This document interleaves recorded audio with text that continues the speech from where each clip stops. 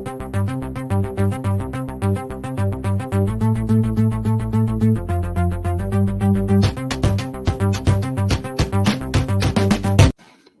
and good evening, everyone. Welcome to this week's Primetime Gaming.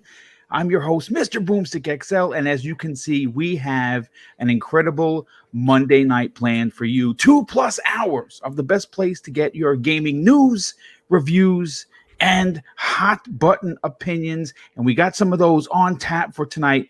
And I'm going to get right into the introductions now. We have someone that is making his first time appearance on the program. You know him as Dr. Mo. I know him as not only a guy willing to tell you like it is, but he is one half of the outstanding Backlog Chronicles with his partner in crime, Machine Gun Mike. Please welcome Dr. Mo.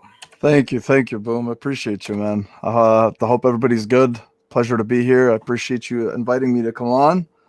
And yeah, man, I appreciate you. Thank you. Well, and, it is great. It is great to have you here. We've been trying to work on this behind the scenes. Yeah. I've worked with you in the past. We just did last year with Twice. Boxer-Bear. Yeah, Boxer-Bear. Yeah. We worked together on a few of his shows. You were also with our very good friend Ains from the Bitcast, which of course is got to get him on here in the future. But it's great to have you on this particular program. And of course, next up, making his return appearance. Not only is he the showrunner for the anime series known as The Everborn, he's an entrepreneur, he's a diehard gamer, and he's here to let you know what you don't know. Please welcome the Everborn Saga. Well, all right. Thank you for having me here. Happy New Year to everybody. It's my first time back on the show in 2021. Very excited. And, thank you. Lots to say. These topics are going to be amazing. And before we get started, everybody, please hit the like button. Don't play yourself. I definitely appreciate that. Yes, the like button does help me funnel this small show into the big channels of YouTube, and their waters are very difficult to navigate, but they do help with the likes, with the subs, with the promoting the show if you are a fan of it. But let's continue with the introductions. Next up, our friend who might have a thing or three to say about the achievement system in Cyberpunk 2077. Please welcome all the way from Canada, middle-aged gamer guy, also known as Mag, the loudest dude from that region of the world. Well, they'll tell you one thing. It's going to get a lot louder tonight because I'm not happy about a couple things. But anyways, guys, I am happy to be here. So good evening, Boom. Good evening, chat. And good evening, panel. And to our guests, Everborn. It's nice to work with you again. And Mo, Better Blues is in the house. I've renamed you. So Cyber Forte, I'm glad to see you guys all here. And you know what? We got some great topics tonight. Let's get right into this show. Well, thanks so much for being here, Mag. Definitely.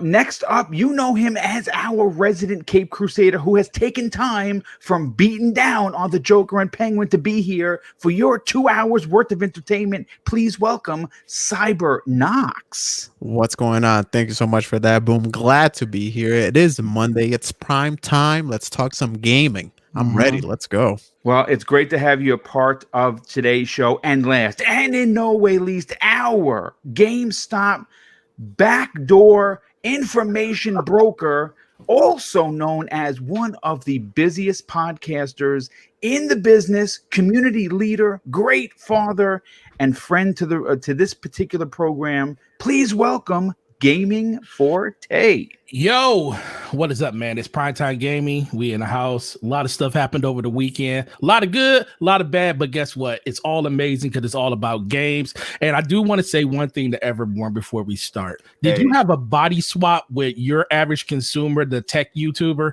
Because right now you looking just like that dude. Oh man! Right now you looking. Yo, he like, really is though. Literally, when we went, when the camera was on, I was like, "Dog, do we have your average consumer up in here?" And then I had to look at the name, and I was like, "Oh, okay, he just looked like him right now." I gotta look this guy up. Maybe I got one of those. Yeah, you might have a doppelganger situation happening in real life. I don't know. Maybe he's a long lost, very wealthy brother. Listen, I don't mind being an evil twin, and if he's wealthy, I'm gonna have to look this guy up. By the way, can we shout out Forte's new logo? Is that It's not new. It's not new. Okay, That's not new. That was the original logo. Shout out to Graphic God. That was the first one that I made when I first started doing YouTube. I just been switching it up every once in a while. We can go through a whole bunch of we could promote matter of fact, why we here, let's just go ahead to promote the DPS podcast, because DPS podcast every Thursday on this week it should be on my show, it'll be on my channel, so we'll promote that one right now. But man, I can't wait to get to these topics with you, Boom. Man, you had a stellar lineup for stuff that we're gonna get through. We'll probably only get through half of them. Yeah, I think we can get to at least three of them, and that's fine because obviously, I always overproduce these shows just in case, because you just never know. I mean, sometimes you plow through the topics and you're like, what do we talk about? Which again, we're all professionals, so we would find something to discuss. But let's get into one of the hottest topics of tonight's show. And for topic number one, as people funnel in, CD Projekt Red's reputation took not a ding, but a major bang. Of course, with the release of Cyberpunk 2077, and obviously this is coming off of one of the media and commercial darlings of the industry. Well, unfortunately, or fortunately, depending on how you personally feel, co-founder Marcin Iwinski apologized for the state of Cyberpunk 2077 on consoles middle of last week, and alongside a vague roadmap with updating the game through 2021. New controversy has now started once again. Now, this apology was supposed to be an olive branch to the gaming community, but instead brought a flurry of new distrust from the gamers who hailed CD Projekt Red as the highlight of the development community. Now, here are some of those quotes from the article, and I'm going to break down, we are going to break down exactly how we personally feel, whether or not we believe this, whether this was a corporate, scam. And I think just based on the very, very big words that were being used behind the scenes before we went live, I think that this is going to be a topic that everyone is going to have some even bigger opinions about. And here is that quote from Iwinski. The console version of Cyberpunk 2077 did not meet the quality standard we wanted it to meet. I and the entire leadership team are deeply sorry for this, and this video is me publicly owning up to that. Please don't fault any of our teams for what happened. From his perspective now, he went on to say how the game came to launch with so many bugs on the PlayStation 4 and Xbox One that at certain times it was unplayable. Now, here's the thing.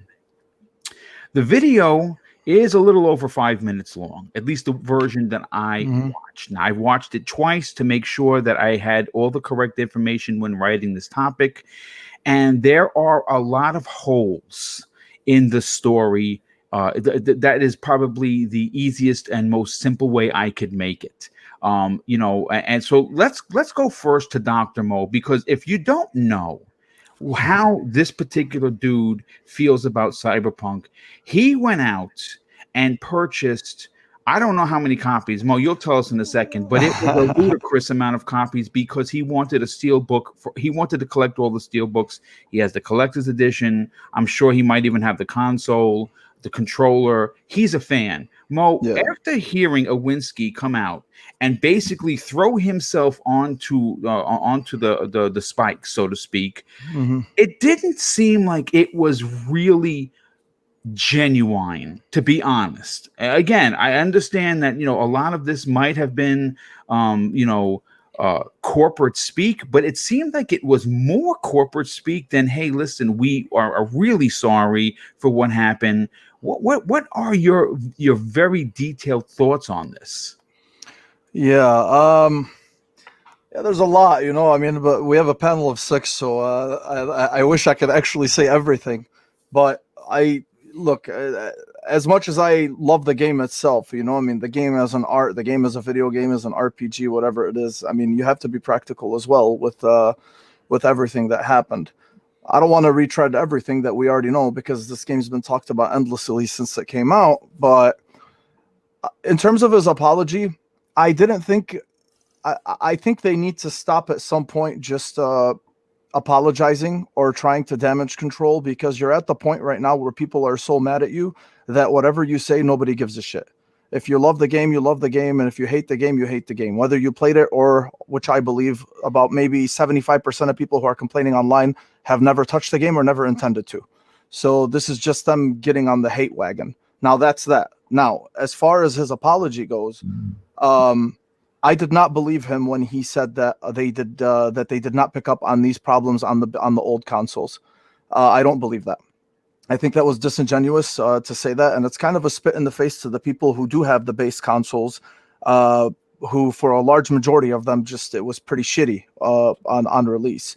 The thing is this kind of goes a lot of ways because there was expectations of what were you there was expectations of how it was going to perform on the console of your choice, you know, and versus what it actually was. So we were talking about this before the show. We were saying that you know, the game itself, because it was announced 7 years ago, let's just say they've been working on it or they've been developing it for 7 years, okay, and then the consoles themselves, the last gen consoles came out 7 years ago. So at the time it was announced for these new consoles that we just got past. And at the same time, the game just got more ambitious as the years went on. Ambition goes up, the technology you're using starts to improve, making your game look as good as it does on a fully loaded rig. You know, I mean, I'm sure we've all seen it run on 3080s and whatever. But the problem is the tech that you were developing it for, your base tech, started to drop or started to get older, basically. You're talking about the PS4 and the Xbox One, and the tech inside of them was already at least a year old by the time they came out, you know? So I did not believe him when he said that. I think they should have done a better job of explaining to people before release how this game was going to look on the base consoles in order to temper expectations. What I do though, from that perspective, I do agree, or I do believe him when he said that, you know, the tech itself, the old consoles did generate a hurdle that they were just not expecting, you know, or at least for it to give them as many problems as it did. He starts talking about bandwidth and the way the city loads, and because usually, you know, if you have like an open world game, there's a lot of flat plains, which is easier to load, versus this game where everything is just so condensed into one big city. So moving from one place to another where it has to load the next area, they just had to figure out how that was going to happen on the old consoles. From that perspective, yes, I could see that. I definitely do agree with that. But I think they just need to shut up at this point. Again, I could go on and on about this, but I think they need to stop, and I think they need to just get to work and stop damage controlling, because it's not going to help them right now. And for the ones that are mad at the studio, I'll leave with this, or the ones that are mad about everything that they've done. I mean, okay, they've put out apologies, they've owned up to it, they've released hot fixes, they've given refunds. Even if you haven't received your refund, you will still get your refund, right? We haven't seen this level. This is unprecedented. Fallout 4, Fallout 76, which was a fucking mess when it came out, nobody asked for refunds. And if they did, they didn't give them, you know, and it's still buggy to this day. Anthem, nothing that we were promised pre-release was given to us. Correct. You know, for all the people that are saying that, you know, this game didn't, me personally, it's not as earth-shattering as I thought it was going to be because of the previous hype, you know, the hype that everybody had.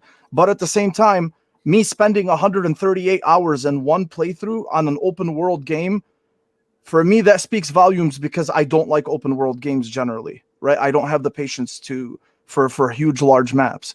But in this case, it just spoke to me more. So I think they have something special on their hands in terms of the game itself. But the problem is nobody's really focusing on that just because of the outside noise. And I think they just need to stop. I think they They need to completely disappear. And I think people also need to be fair, to go back to my previous point, because Anthem did not deliver anything that we were promised. Nothing at all. It was a hot mess. I didn't hear people freaking, even though BioWare was held accountable for it, people didn't ask for refunds. Fallout 76, people didn't ask for refunds. So I think we need to be patient and we need to chill. And if you don't like the game or never intended to play it, do you, man? That's cool. But just adding on to the negativity over and over is not going to benefit anybody. They just need to shut up, basically, and work on what is important. And I couldn't have said it any better. Honestly, the video came out. They have thrown themselves onto the swords. I said spikes before. I should have been, saying swords. But that's exactly what they did. They fell on their own sword. They understand that they effed up big time. There's just no denying it. Everborn, I want to go to you next on this. Watching the video and seeing the immediate backlash. You see, that's the thing that's interesting, because this video was supposed to, I think it was done for two reasons. I think it was done as a genuine attempt to let the fan base know that, hey, listen, we hear you, we see you. But I think that this was also done for the investors.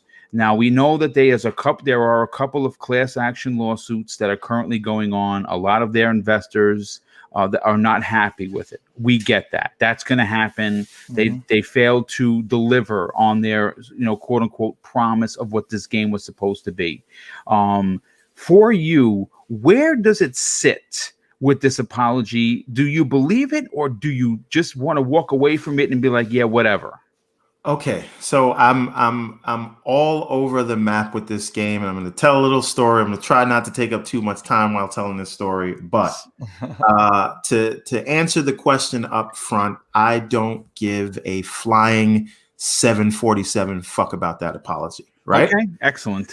And I'll tell you why. When you say to me, and forget about the gamers, yes, you should care about us, we're the customers. But when you say to me these issues didn't come up during testing, what you're doing is throwing your testers under the bus, right? If I'm a game tester and I have Cyberpunk on my resume and then I want to go test something else,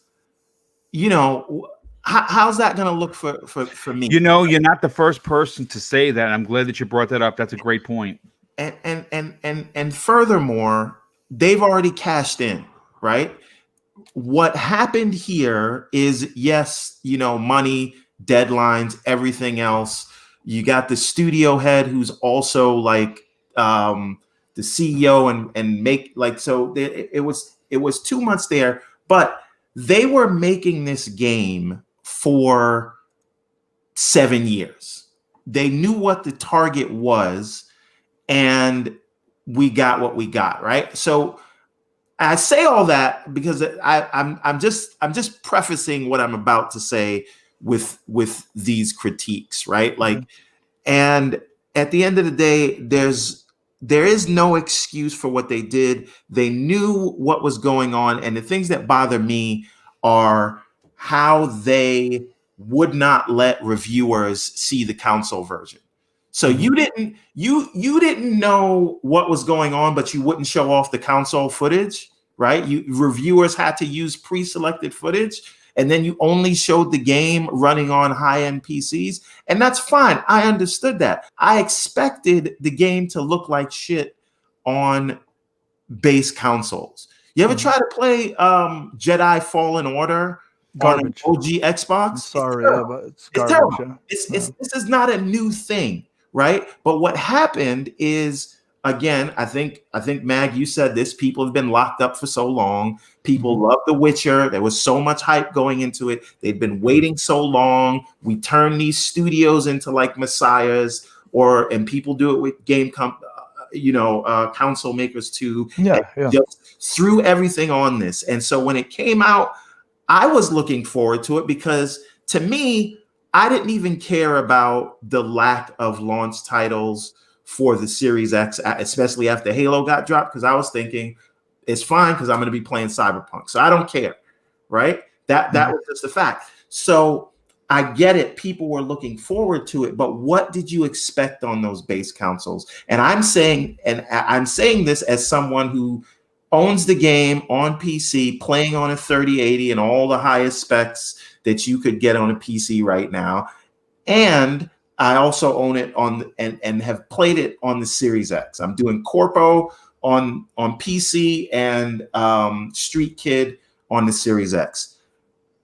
Does it have problems? Sure, but it's not some shit that is like end of the world. And that's one side of it. And then the other side is when they delayed it from November 17th or whatever, 3 weeks to December 10th, they got fucking death threats, right? So where do we stand on, oh my God, they delayed it, so it's the end of the world, versus, okay, they put it out and they're going to fix it as they go. Now it's still the end of the world. It's just like people really want to complain. The game is fucked up, but it's not the worst fucked up game that ever got released. Not at all. Fallout 76, we could all go down the line and name like bad things that happen. So that's that. Now, just to bring it back, where the real issue that I see here is, one, they need to stop talking, right? Mm-hmm. Like you said, but also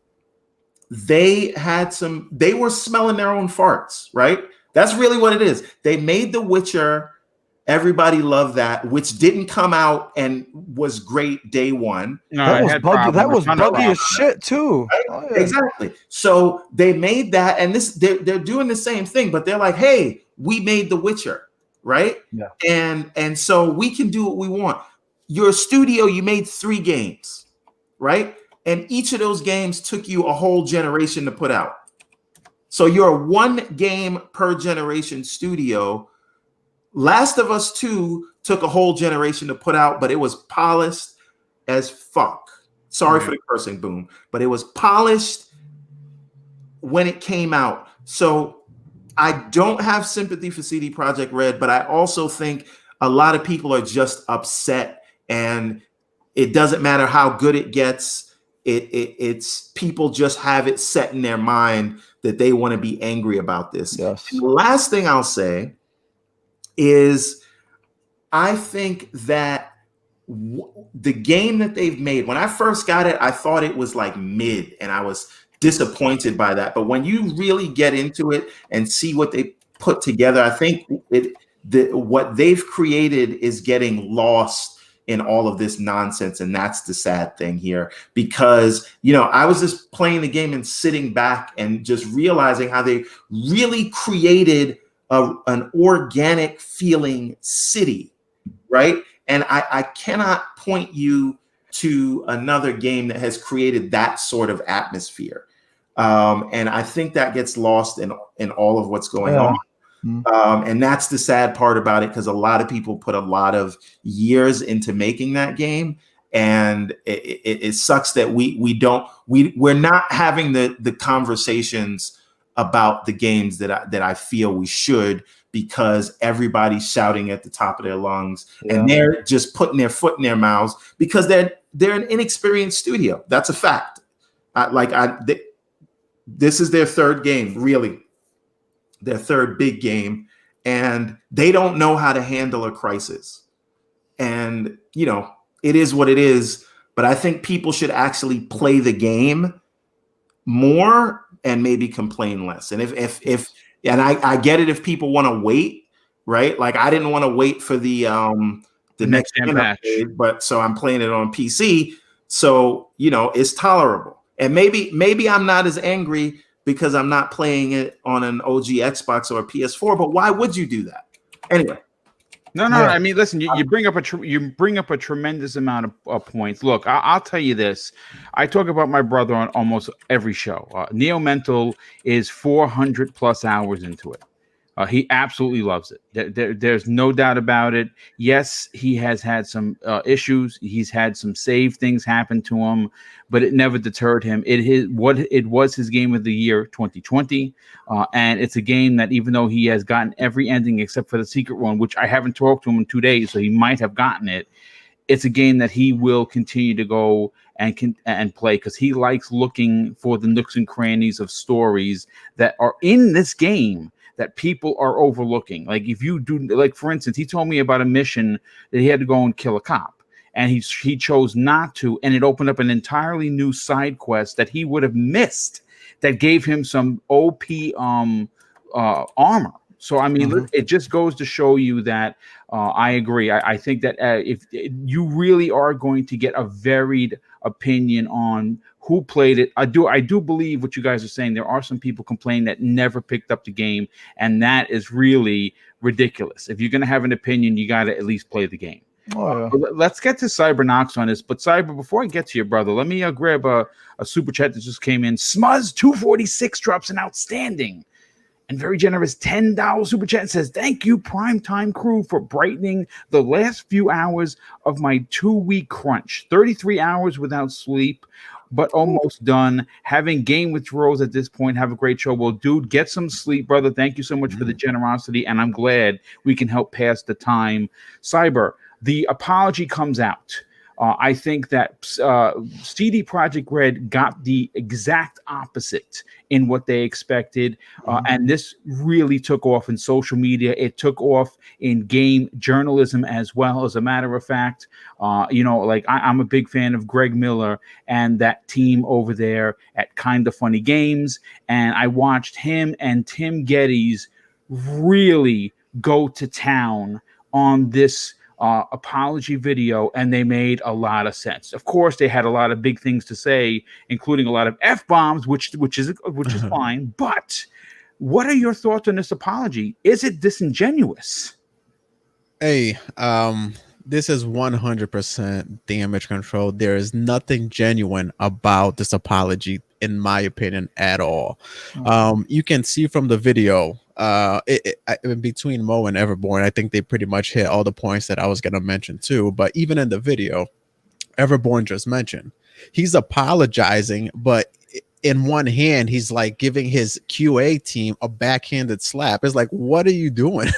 Like, what? That doesn't make any sense. And for them to be working on this game for so long, this was a game that was supposed to come out on last generation, right? It was supposed to come out for Xbox One, PS4, but no, they knew exactly what kind of game they were putting out. Now, the more they keep talking about this, it's gonna stay fresh on everyone's minds. Yes. Right? The more they keep apologizing. Do you ever do something bad to someone and every time you see them, you apologize to them, even though they're already like all you keep doing is you keep freaking, putting gas on that fire. You know what I mean? You keep putting salt to the wound. Stop talking. We already knew that they were gonna, do right by this game. The Witcher is a testament to that. Like they mentioned as well, The Witcher 3, probably one of my favorite games of last generation. I'm playing it right now because I want to get the 1,000 achievements on Xbox. Actually, 2,000. Right? That game came out a buggy mess as well. But they stood by it, kept working on it. They're still working on it because there's supposed to be a next gen patch on it.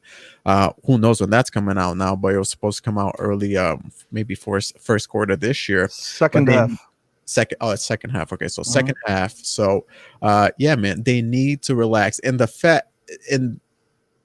if they say if they talked about how the limitations of the last gen hardware, they knew that if they were at production for such a long time and they saw exactly what was required of these machines or these consoles, and they knew the experience that consumer was going to have, they needed to have a discussion. It was required for them to have a discussion at that point and be like, listen, guys, we need to make a change here, or we need to make a decision here of what we're going to do with this product. It was their name on the line. And it's sad to see because not all, but a lot of people are just looking at them now in the same way that they're looking at EA, Bethesda at one point, right? All they want to do is make money, right?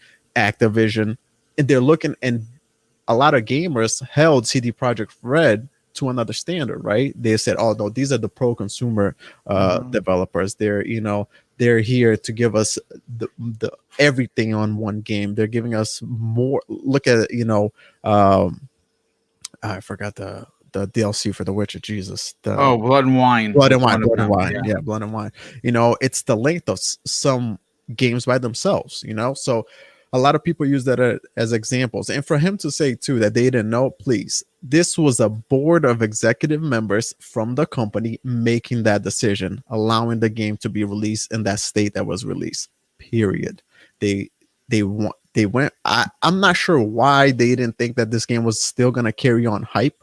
It's been on development for such a long time. And if they had such goodwill with the fans that even if they delayed till next year, or next year holiday next year, and they explained the reasoning for it and maybe give us some examples as to why it was that they needed the delay, it would still have been a successful game in my opinion. And it's sad to see this happening to CD Projekt Red, but it can be a blessing in disguise that now consumers keep their eyes open a little bit more, and hold some of these companies more accountable for it. I played a little bit of the game. I experienced a few of the bugs, and I'm on the Series X. So I was just like, you know what? I'm going to finish off some other games. I'll come back to it. I'm not in a rush to play this game, but kind of like, I don't know if it was Mo or Everborn mentioned, there are people that really love this game. Like, the ambition of this game is tremendous. You could see it, man. Yeah. See it when you're playing it. Yeah. Yeah, Boom, you said, Neo Metal has been playing for 400 hours, man. It's probably closer to 5. I just said 4 to lowball it, but he is really like neck deep into it and loves every minute of it. And like I said, he has had some problems, but if you ask him, I mean, I'll put it to this way: almost throughout the entire 2020 campaign, Ghost of Tsushima was his game of the year. For everything that game is, and it's just a masterpiece what they pulled off, and it was moved out of the way, and I don't mean just like politely shoved. It was like pushed off a cliff out of the way for him for game of the year, because CD Projekt Red, for him, even though it did release with problems, had an incredible experience with it. Yeah, and for Tempest too, man. Tempest and our Pim, shout out to Tempest as well. He already said it's probably one of his favorite games of all time. There are people that really love it, and I completely understand. But to let the game be released the way it was released, it's their fault. So at this point, they should just stop talking about it. Just let the updates come in, let the fixes speak for themselves, and at that point, let the fans tell how much they love the game or dislike the game. Yeah, and I absolutely agree. Forte, are you there, brother? I am here. All right, well, let's get you in on the conversation. But before I do, let me thank Gotham Guy, who drops an outstanding and very generous $20 super chat and says, boom, when I was with you at E3 in 2019, I was lucky enough to watch the CD Projekt Red demo at the booth, and I noticed it was all still running on a PC. I feel like they did make this game with PC in mind first. I mean, that's true, but man, I'll say this.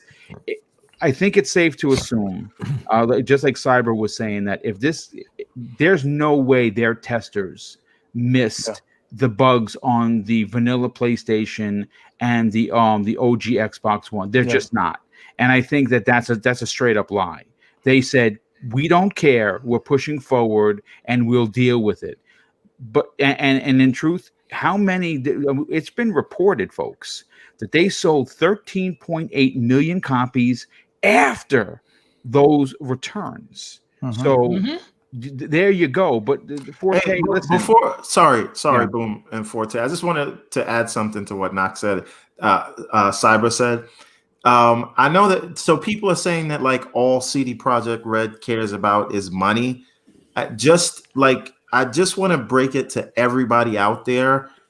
Every piece of art that has ever been produced for commercial consumption, that is what they care about. They release it to make money. Even the greatest of artists, that's what it's there for. You go to the Sistine Chapel right now, they paid somebody to paint that, right? Like, it's about money every time for everyone, for your favorite artsy-fartsy developer or movie producer or writer or musician. It's always money.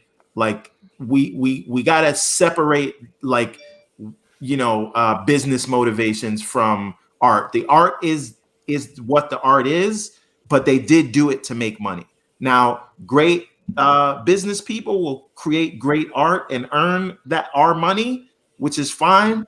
But let's be clear, EA and Sony and Microsoft and drop a company in there. They're all there for the money because that's what pays to produce these things. Yeah, no, I just think that one little thing too that they did, a lot of people or they're getting a lot of backslash for, is just because there were a lot of things that they promised that there would be on the game that are not on the game, and once you turn that around, and then people also they just wanted to kind of cash in, not deliver all this. Like I completely understand what we all like. I'm saying this about them, and they're, like I said, they produced probably one of my favorite games of last gen. So I completely agree. We have to learn how to separate the two. But in this case here, I think it was the wrong move to do what they did. 100%. 100%. Listen, let's bring a Forte into the conversation. Forte, for you as someone that represents, you work for GameStop, and you've obviously there is a certain PR arm that you must flex when you're putting your store together. Obviously, It's got to be neat. You guys got to have your the people that work under you have to have the correct information. You have to be abreast of certain situations going on. Seeing this apology immediately get so much let's say backslap for you, like your co-host, but shout out to him. Yeah, absolutely. Shout out to Slow Mo. He was on Friday's Breakfast at Boom. But where do you sit personally with this apology? So I have this game. I have yet to boot it up on my Xbox. It's already installed, and I was just waiting for patch after patch. And I'm like, at a certain point, I'm just going to wait for the next gen update, because I know the game's going to be phenomenal, because I believe in the pedigree and the development that they go through to make these games great. But I'm not about to deal with none of the stuff that's going on in the game. Even if I don't experience it like some other people do, it's the fact that I kind of know about it. So I'll just wait. But I'm keeping my game. I'm not refunding it. I'm going to keep it because I know the game is great, because too many people are saying it's great. But when it comes to this response, and maybe this is why I'm a little calmer about the situation, but the simple fact of the matter is, if you took that same apology video and replaced it with, not even replaced it, but just said everything that you said, had no problem with it, but then you just said, and because of all of these things, we're delaying the current gen version, I think we would be 100% all in agreement that they would have been like, yo, that's the right decision to do. Because they are a PC. Everybody that loves this company knows that they are a PC gaming company first. They are going to do everything to make sure that PC version is stellar coming out the gate. Now, I think they did understand that there's going to be some margin of errors when it comes to some of the bugs and stuff that were in the game, because Witcher 3 was not immune to that. So I think even gamers that played Witcher 3 knew that was going to be a possibility. There were a little bit more bugs in this version of the PC version, but it was tolerable. But the problem was current gen consoles. We don't have a next gen update, so why are we even worrying about what's going on with these consoles in the first place? So at a certain point, I'm like, you telling people that, the game is, we didn't see these issues. I'm sitting there like everybody else said, it's like, what, did you not even test the game? Because you're basically saying you ain't test the game. You're telling me current gen platforms ain't get tested. And then when I thought about it, it came back to they're a PC gaming company first, and oversight.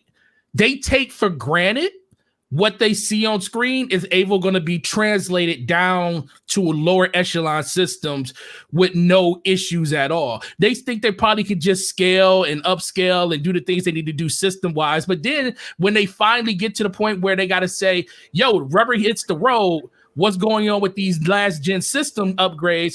People got their hands in the air like, we're still trying to figure out this situation. And as the time goes on, they're still trying to figure out more and more and more and more. I hate to throw, Microsoft into the conversation, but this is like kind of the same thing when you think about Halo. It's like 343 knew what was going on with their game, but Microsoft wasn't giving them enough oversight to basically say, yo, what happened with this game and why did you show it the way that you showed it? It's kind of like CD Projekt Red looked at it's like the PC version looks great. It looks amazing. You know, the systems are working. Yeah, there's some bugs. We could patch that stuff with a day 1.0 update and we can get some of that stuff fixed over thing. But what about the console version? The console version is the problem. That's the one that you're banking on selling the most because we're talking about 120 million PlayStation 4s out there, somewhere around 50 to probably 60 million Xboxes out there. And then we're talking about next gen updates that's going to basically trickle out throughout the course of 2021. Those are where your sales are going to come from. And like everyone just said, it basically just comes back as a slap in the face to make it seem like we're stupid. Now, I also go back to the fact that they need to be quiet. There's a reason No Man's Sky doesn't get any flack anymore. Because what did they do when they were under fire? They went underground and literally just fixed their game for 1 year. For a whole year. 1 year. You didn't hear one thing from them. Like people forgot about them, and then all of a sudden, No Man's Sky Next came out. And people were like, yo, look at this game. And guess what? A year, 2 years later, they come out with the next gen update, and it looks better than most next gen games that are out right now. I gotta play that. I've been meaning to get on that. It's phenomenal. But Forte, I just want to add one thing about CDPR though, like and the comparison to 343. I think how would we have felt? See, like 343 didn't show us, you know, I don't want to say a fake version of the game. No, they didn't show us a fake version of the game. They showed us what they had. Well, that's the thing. It wasn't that it wasn't the fact that they showed us a fake version. Is because it's not 343. It was Microsoft and the oversight. Right. Their oversight is what let us down. Like 343 showed what they had. They didn't lie. They didn't do anything. So that's why we don't kill 343. They showed us exactly what the game was going to be. And people made the decision and said, yo, delay this freaking game because that's what we want this game to be. So it was no lie and deception there. The biggest problem was, how did this even get to that point where Microsoft can allow it to go on a stage and be shown? Yeah, and that's where that's why I compare Microsoft to the upper echelon of CD Projekt Red. The oversight was like, yo, we got a very good version of the PC, and that's all they cared about. You know, they only cared about that PC version. And then when it finally came down to getting ready to ship the game, probably back in April of this year or last year, because that's when they delayed it the first time. They probably was like, yo, PC version is ready to go. What's up with this console version? And that's when they started seeing that, yo, console version got a long way to go. We need to do this and do that. And they used it as a scapegoat to say, we just need more time for polishing and stuff. No, you basically had to fix an entire generation of console games because you weren't ready to put the game out now. So I didn't have a big problem with the overall messaging that he came out and said in the apology video. I just think it would have went way better over if they would just said, this is what's going on with the game, and this is why we're delaying the current gen versions of all platforms for consoles, and we're just going forward with the PC version. People would have been 100% and under. And then they try to cite everybody knows COVID-19 is a big problem. It's like when they say it, it just seems like you're truly blaming it on it when we already know that that's kind of a thing. So when you go out and say it to like your constituents and all the people that bought your game, that's something that we already know, but you're kind of trying to make it seem like, oh, well, and then it was also this. And I'm like, no, you don't get that pass because you knew this 7 months ago when you delayed it the first time that you were going to be going up against these deadlines. You just wanted to release the game to make the money because the game was going to release in the holiday season, the biggest time of year for people to buy games. And guess what? I love that gamers are literally throwing them to task because you know what? We are the voice, and but casual gamers that go out to the store and buy this game, they're starting to hear that. I had people come into the store today, was like, yo, what do you think about Cyberpunk? I said, I got it. I haven't played it yet. They said, can I hear the game is trash? I don't ever hear that from just random people that don't know nothing about any of this stuff walking in the store, because they hear us complaining. They hear Greg Miller and them on Kind of Funny complaining about it. So now you're really going to start seeing it hurt their bottom line.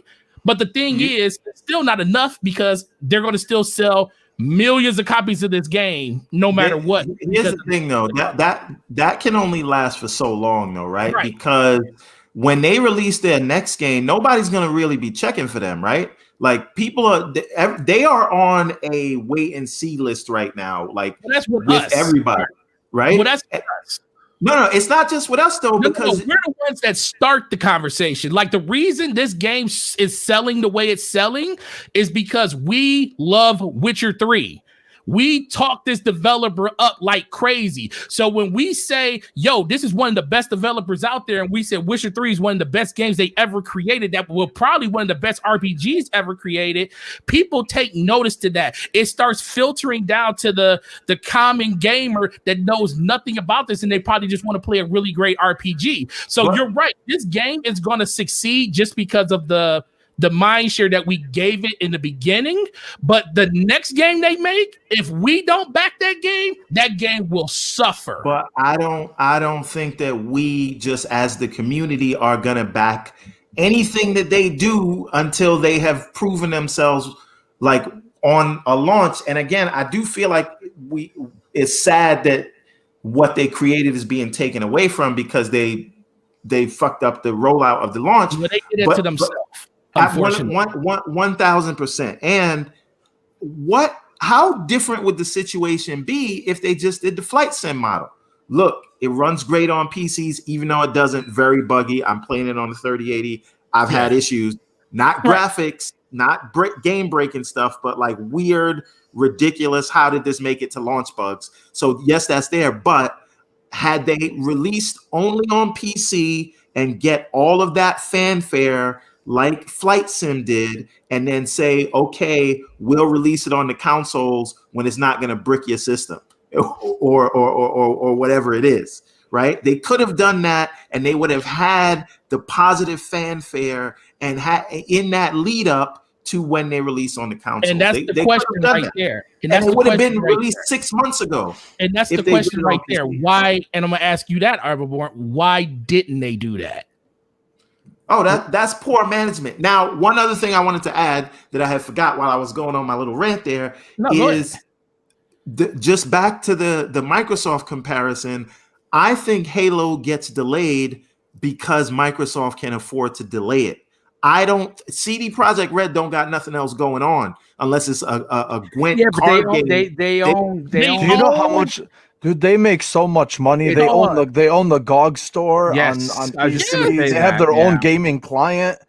Yeah, they're no slouch. They're no slouch. And that's the thing for me. It's like I said, that's why ultimately, and I know people probably upset that I compare. To me, it was more of the oversight, which is the problem. Because people keep trying to say the developers are terrible. I don't think the developers are terrible, because you can't be a terrible developer and make the games that they make. You play that game. Yeah, you play that game and you tell me if the developer. You tell me if it's terrible. Like I said, because that's why I'm not refunding it, because I know the game ultimately, when it's finally fixed and everything is good, is going to be an amazing game. And hopefully that's enough to kind of stifle some of the stuff. But the biggest problem is they had a golden opportunity to, like, literally in front of them and say, COVID-19 is killing us, and we got some stuff going. Even if they just said we are completely canceling current gen, if they would have just canceled current gen, you think people would have like batted an eye at them? They probably would have been upset. Yeah, but they couldn't give up that money. Listen, some people would have been upset. Some people, that's the problem. That's exactly what you just said. The reason that this game released like it released is because they wanted to get as much money. They knew exactly what was going on with it. And that's why I'm happy that every last person out there is taking them to task. Even if they are being way too oversensitive about the situation, they deserve this, because the main reason they did it is to try to get over on gamers. And gamers, for the first time in a long time, have come together and said, you are not doing that to us. And this will be and this won't be the first or the last time it happens. We're in an age now where everybody has a voice, and people feel like they can express that voice. And CG Projekt Red just happens to be the first catalyst of change when it comes to stuff like this. I'll say this. First of all, everyone has had incredible points. We are closing in on an hour of the first topic, so we're probably going to get to the topic. Little H doesn't even talk to it either. It's okay. No. Listen, this is a great conversation, and you know how I run my shows. There really is no time limit. If we don't get to every topic, we just don't get to every topic. But I do want to get Mag's opinion on this. Mag, listen, you beat the game. You're almost at 1,000 out of 1,000 achievements. Woo! Obviously, you enjoyed the game. But with that said, that does not take their ass from the flame in regards to this so-called or supposed apology video that, again, immediately ran the gauntlet of negativity. What are your thoughts on how they produced this video? And do you, like everyone on this panel, feel that it was a very disingenuous way of saying we effed up? You know, I'm not really 100% sure about how I feel about that apology. I watched it a few times just to try and, read the facial features, just trying to, like, you know what I mean? Like, just trying to see, is this guy telling the truth, or is he just kind of full of it? Like, I couldn't really tell. But the thing is, you could definitely tell he was reading cue cards, because he kept looking off the side of the camera. So it's not coming from his heart. It's not like us talking here right now, where we're talking straight from the hip. We're shooting it, shoot from the hip, basically, right? This guy's reading off cue cards. I get it. He's in charge. You don't want to muffle up words. You don't want to screw things up. You want to be very clear and concise. But however, that being said, I didn't feel about it one way or another, but I did feel one thing. It's got to be, it's balls, man. I mean, that's big balls to go out there and do that. Because a lot of people would just hide behind the corporate structure and just disappear and let other people take the fall for it. At least, regardless of how we feel about it, at least he had the balls to come out and say something. Now, that being said, I'm not going to retread what everybody else already said, because everybody's been saying basically everything that I've been thinking about, and I'm sure the chat's already thought about all this stuff too. So I'm not going to retread that. However, what they need to do, and I believe Mo was the one who said it, and it was one of my earlier thoughts too, was that go the No Man's Sky route, okay? Where just shut up. Don't say anything. Fix it as you go along, but just stop talking about it, okay? Stop talking about it. Stop apologizing. And you know who else is at fault for this? Microsoft does this a whole lot too. They do way too much talking, okay? And way too many updates. Oh, this is what's going on this week. This is what's going on that week. I'm like, guys, just work on the game. Get it out of people's minds. Cyber was saying that if you keep apologizing to someone, you keep reopening that wound. Right. So stop. And Mag, people, and we suck as human beings for this, but people respect you a lot less when you keep apologizing and saying sorry. Exactly. But it also gets really annoying. Laws of power. It gets really annoying after a while. They're like, guys, just work on the game. We got other stuff to worry about. Okay, we got families, we got school, we got work, we got whatever we got to do. We got gaming, we got all kinds of other games to play. We got a pandemic to deal with. Well, I don't want to think about Halo every 6 days for the next 10 months. Just let them work on it. When it comes, it comes. Same with this game. Now, I'm basically done now, but, I'm really pissed off. The only thing I'm pissed off about with CD Projekt Red is their achievement system. That is something that has irked me from day one, from Witcher 3 and now this game here. When you lock me out of an achievement because I decided to go right instead of go left, now you're going to make me replay 12 hours of the campaign just to get that 15 points? It's not happening. I'm done with it. So anyways, I put the game on, and you know what I did when I finally finished? I uninstalled it just so I don't have to look at the hell anymore. No, done. I'm not going back to play another 12 hours to go left instead of right. Okay, It's the Forget it. completionist in you, man. Yeah, no. Oh, I'm so, yeah, that was the Well, only.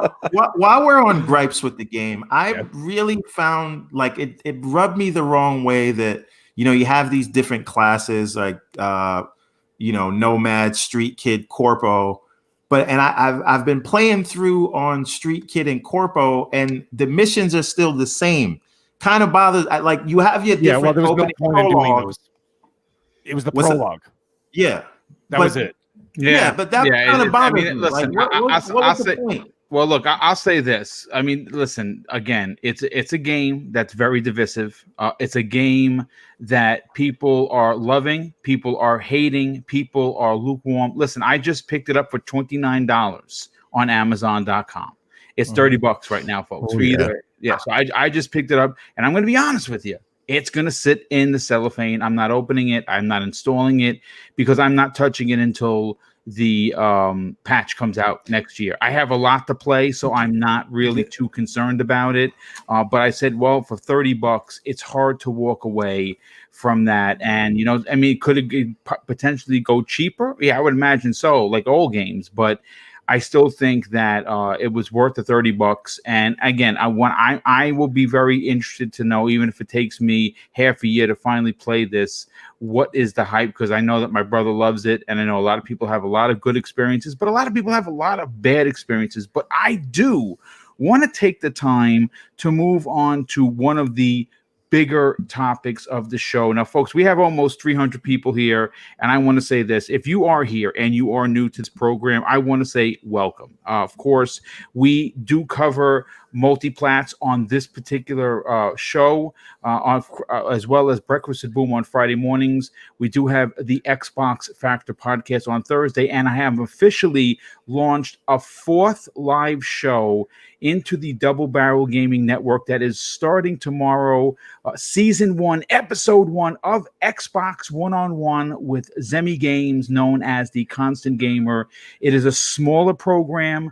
On Tuesdays, it's meant to be about covering the games coming out in 2021. And quite frankly, there is a lot to cover. But again, it's a smaller Xbox program, but it is starting. The first episode will be going live tomorrow at 12 p.m. Eastern Standard Time. And every Tuesday moving forward, it is a limited run series, folks. If we get good feedback, if the people dig it, it's something that Zemi and I will continue doing. But just like the Xcast on, of course, kind of funny, they started that with, of course, a test run, if you will. And again, if the audience isn't there, we're not going to continue to pour our hearts and souls into these scripts that we write and the time to do, to put these shows on. So if it is a success with the community and you guys and gals do tune in on Tuesdays, and you like the program, you like the format, you like the one-on-one that me and Zemi are going to be bringing to the table, we will then, of course, continue that program, obviously adding to the Double Barrel Gaming Network. But I do want to move on to topic number 2. And this one, folks, is the big one. This one is a topic that I think is going to have a lot of layers. There's going to be a lot of emotion behind it. Certainly not as salty as, of course, the last topic with CD Projekt Red. But I do want to talk about Star Wars. That's right. We got an announcement last week, a big announcement that Ubisoft's the Division 2 developer, Massive Entertainment, will be tasked to bring us a new open world adventure. And this obviously comes as an announcement from Lucasfilms Games. They announced this deal last week with Ubisoft, and folks, I could not be happier. One of my favorite developers this generation has been Ubisoft. I put, folks, get ready for this, 40 days into Assassin's Creed Odyssey. That's right, 40 days, not 40 hours, 40 days. And I love that game. I'm loving Valhalla. I'm enjoying Watch Dogs tremendously. Got to get back to that.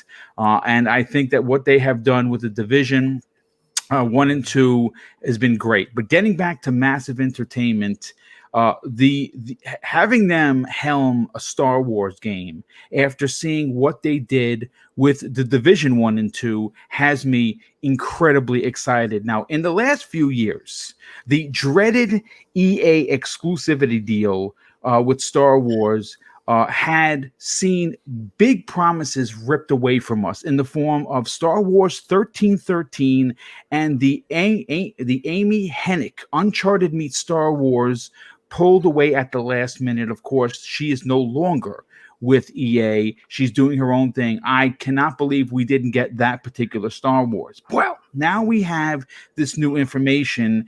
And listen, regardless of whether or not you were a fan of the Division 1 and 2, Massive Entertainment knows how to tell a story. They know how to create a living and breathing world. And with the entire Star Wars universe at their disposal, my personal hype meter is through the roof, and Ubisoft being involved, I'm expecting big things. Now, Julian Garrity, who was the creative director of the Division 2, will serve in the same role for the unannounced Star Wars title.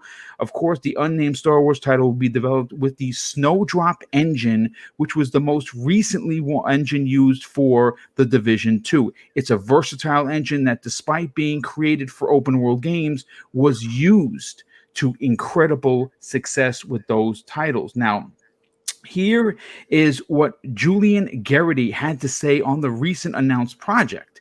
This is a lore that we love, and we want to do it justice with a game and story that brings both lifelong and new fans on an immersive and outstanding journey that will stay with them for years. Now, what's interesting about this particular project is because it seems as this could potentially be, you're going to get a story, but the game is going to exist after the main campaign, a la Destiny. Now, I don't know if it's going to be Destiny-esque, but it does seem like it's going to be a service-based game. And I'm going to be honest with you, a lot of people might be booing that. For me, I'm very excited because I put over 1,500 hours into the Division 1 and 2. I put over 1,000 hours into Destiny 1 and 2, maybe even more than that.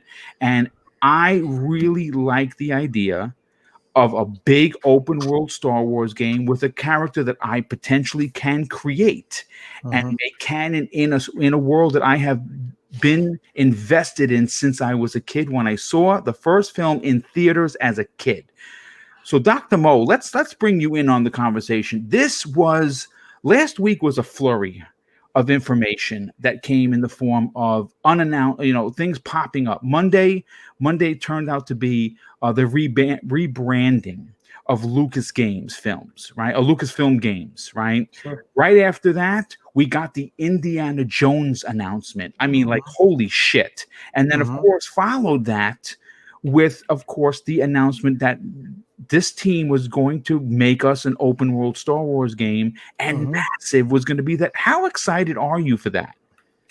I think it's actually fantastic, man. We all know how we all feel, or the majority of us feel about EA and their handling of the license, and I don't want to retread, that same old song and dance. I think what saved EA with the Star Wars license, they're lucky actually Battlefront 2, and they fixed it so well to the point that it has become pretty successful for them. It still has a huge player base. But what really rescued them in terms of storytelling is Jedi Fallen Order. And that's because that was the first time that EA had said, okay, we need to actually tell stories with this license, give people what they want instead of just retreading the same old shit over and over about stories that we know, or the same landscapes that we've seen before, or the same set pieces that we've seen before, just done on a more massive scale. So I think telling an original story was probably what gave them some goodwill with the fans. Now, with that being said, I think this is good because I think Disney themselves really wanted to make this happen, considering that they pretty much own the world.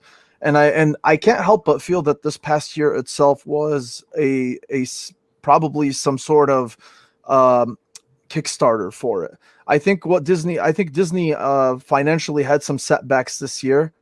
just because of COVID and their parks and Yeah. everything in general. And I think that they saw that the gaming industry was completely record-breaking this year. It was just incredible. Look at the year Nintendo by themselves had. I mean, it's unbelievable. And everybody wants a piece of that pie. And I think Disney looked at that. Disney just looked at what they had and they're like, well, why aren't we more involved in this? What are we exactly doing? It seemed like they just reevaluated everything and decided to, keep the license with EA, but not exclusively. They basically told them, I don't know. I know the contract expires with EA in 3 years? I said. Yeah, years? it's funny that contract was null and voided. I don't know how they did it. I don't know if they paid for it, but I'm sure they did. They don't care, Right. I mean, It was originally, you're correct, Mo. It was ending in the fall of 2023. That deal is officially now DOA. And I think the world is better for it. There is no doubt in anyone's mind that you said it. Mismanagement of the IP is probably the least gross way to say it, because when you look at what they did with, and again, if you remove Jedi Fallen Order from the conversation, they have had almost 7 years, 2 games. And the second Battlefront, even though it looks beautiful and it's running beautiful now and it's all tidied up, launched with tremendous controversy due to loot absolutely. markets. Rightfully deserved. EA no longer being in control. They're still going to make games. Jedi Fallen Order is coming, right? I would imagine that they might have something else with EA in Star Wars. I don't know if we're going to get a Rogue Squadron. I don't know if they're going to continue with the Squadrons game that released late last year, but I can tell you that I think knowing that other developers, and again, we're going to turn this around on Microsoft for a second, because I have been saying this, banging this drum. I would love to see Obsidian get their hands on a Star Wars IP once again and go crazy with, and again, a lot of people are like, well, they're not going to do Knights of the Old Republic 3. That's fine. But they just released a book, The High Republic, which is out right now. And they could easily take that lore and do a game. And again, they have a lot of projects going on at Obsidian right now, but they are, if there's someone in Microsoft that you want to do a Star Wars game, it's probably those dudes. I think just so I can end with I think it's good to bring Ubisoft's flavor into this, to inject it with some flavor to see what they're going to do. I know Ubisoft Massive is a very good studio, with what they did. My only concern with Massive doing this game is story. Because despite how you feel about the Division 2, I think everybody can pretty much say that the story was not its greatest strong suit. It wasn't as strong as the original, for sure. No, yeah, definitely. So if they can make it somehow as approachable, keep you busy, but also tell a good, genuine Star Wars story, and I think they'll have a smash hit on their hands, to be honest with you. And we're assuming that it's going to be a service game, a live service game. For all intents and purposes, it might not be. They just might make it. They could make a large open world RPG. So I'm just saying, like, obviously we're all speculating here, but we're just assuming that they're going to, because I personally don't know how they're going to. And again, I'm not in that position, so I'm just sitting here thinking about it. I don't know how much they can keep adding to make people coming back to an open world Star Wars game that's done the same way as the Division. But if it's self-contained in a story in a large open world, I don't know, maybe that itself can be more successful, but we'll see. I think either way they're gonna have a big hit on their hands. You slap Star Wars on anything and it'll sell, man. So they just have to deliver. I like the way you're thinking, because you know what, we don't know if it's going to be a Division-esque type of title. It could very well be just a Jedi Fallen Order single player open world. Just let's say Fallout, for instance. It's just a big open world with lots of side stories to miss or find, and it could be an 80 or 200 hour open world RPG with Star Wars. And either way that they decide to go, I'm happy to know that this game is in Ubisoft's court. because Sure. we know that they're going to do. If there's one thing you can guarantee about a Ubisoft game, whether you like their formula or not, it's going to work. It's going to be a solid story. Everborn, let's get to you for a second, because you obviously are someone that created a story in the Everborn saga, and obviously with Star Wars being announced, it's no longer under the evil emperor, known as not Palpatine, but EA. They no longer have control of the Senate, basically, which is, of course, the Star Wars IP. And now we get word and confirmation from both Massive Entertainment and Lucasfilm Games that yes, they are bringing us an open world Star Wars game. Where did you put your excitement level fall? Okay. Firstly, I would say you just give me the Division and throw some blasters in there and put it in space. I'm good. They're done. Job's over. I'm happy, right? Like, so that would be great. But the larger point here, I think, is it's not so much that EA loses Star Wars. It is that Star Wars is now open to, hopefully every major publisher, meaning what can Ubisoft bring to Star Wars? What can give Sony an exclusive Star Wars title? Give Xbox an exclusive Star Wars title, right? Let In Exile make a Star Wars RPG, right? Let's do it all and let's see what we have, because I've always looked at Star Wars not necessarily as a linear storyline, but as a sandbox where sort of a milieu where you could tell any number of stories in any time frame. And I think that was my biggest probably issue with these latest movies, and with some of the games not fall in order, was that they keep telling us Star Wars is this huge universe, but they keep coming back to the Skywalkers and those events around them. I want to see other stories in different parts of the galaxy, and let's have everybody tell them. So I do want more EA Star Wars game. I want another Fallen Order, but I also want whatever Ubisoft's going to bring, and I want them to let Sony do a third-person, over-the-shoulder, story-driven action adventure game set in the Star Wars universe. Let Naughty Dog do it. Why not? Or Insomniac, whoever. Right? Let the Coalition do a Mandalorian kind of game. I don't know, whatever it is. But the good news is that the shackles are off. Yes. And I think even if we get 10 Star Wars games and only 2 of them are masterpieces, those are 2 masterpiece Star Wars games that maybe we wouldn't have got before. So I'm excited about it, and I want to see more, and let's run the gamut. Let's do it. I'm hyped. I'm happy. I'm hyped. Yeah, I'm sorry. Let me just. That's all right. Jump in, Mo. Squeeze in just one thing, actually, because I just saw it in the chat.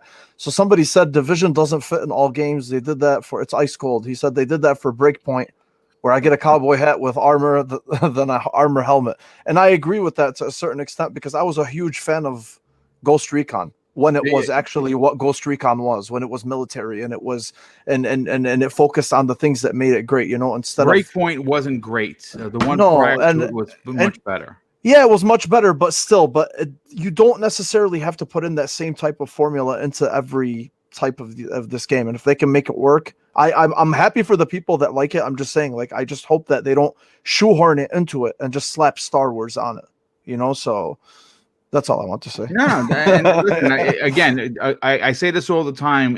Not every game is for every gamer, but I will say this: there's a good chance a Star Wars game is for every gamer at some point. And let's listen. All I know is that I am excited for what could potentially be. This is years out. We're not getting this probably until 2023 fall.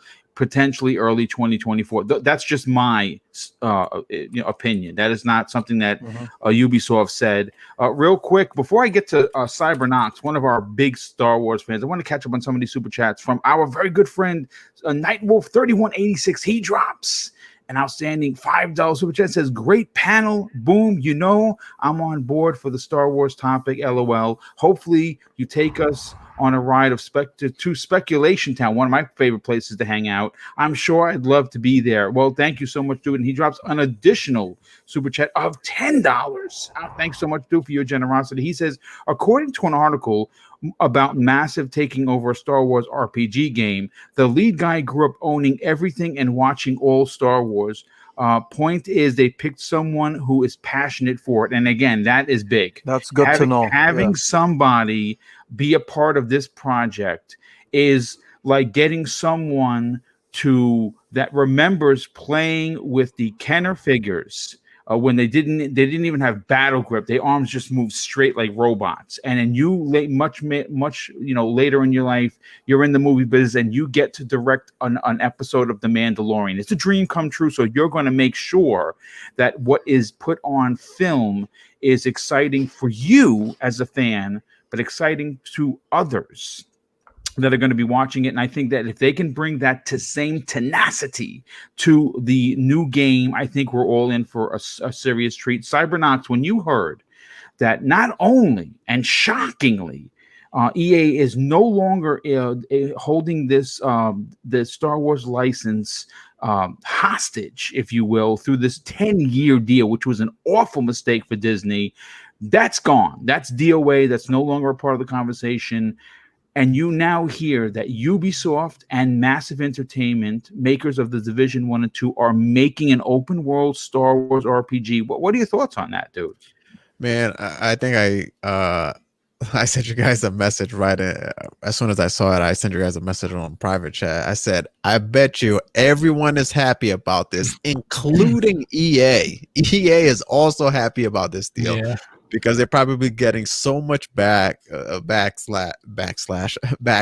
man, from, they've had this license for 8 years, right? Yes. 8 years, put out 4 games, Battlefield 1, Battlefield 2, Battlefront 1, Battlefront 2, Jedi Fallen Order, and which one was the other one? Squadrons. And Squadrons, yeah. So, I mean, I'm happy that everyone now, I think Everborn touched on this, or maybe it was Mo, that now we have a diverse group of developers, all potentially with access to the Star Wars license, right? And then you have these other creative directors and other studios who've also grown up watching Star Wars and following these stories and seeing the potential that maybe or seeing the potential where this a game can go, where a game can lead them to. Now they potentially have a shot because they're not tied down to exclusivity deals with just for the Star Wars license to a single developer. And it's good for Star Wars. It's good for for everyone. It's a win-win. I can't see anyone losing out on this deal. EA didn't do enough with this license. I mean, Jedi Fallen Order, I love that game. I thought it was I thought it was a really good game. There was issues obviously on the older hardware, but I played it on my One X, and besides a couple of frame rates issues here, I thought it was fine. I had a good time with it. And story, yes, give us some new stories. Bring us a different take on the Star Wars world. It's such I think it was Everborn that touched on this as well. It's such a massive world, but sometimes it feels so small because you guys are literally making it all about a single family or something like that. So expand that world, show us different takes, different worlds. It's the potential is there. Now I will say this, I love the Division 1 and the Division 2. I played the hell out of them for like a week or two, and then you fell off. You know what I mean? That was my problem with it. And Ubisoft also has an issue of carrying that same blueprint across all of their games, which I hope that they don't do to an extent, right? A very open world Star Wars game would be amazing if done correctly. I just feel that blueprint that they've carried throughout all of their games, I don't want to feel like I'm just playing just a Ubisoft game or a Star Wars game in a Ubisoft blueprint. You know what I mean? I hope they do something a little bit more unique, something a little bit more different. You see that Respawn did that with Jedi Fallen Order.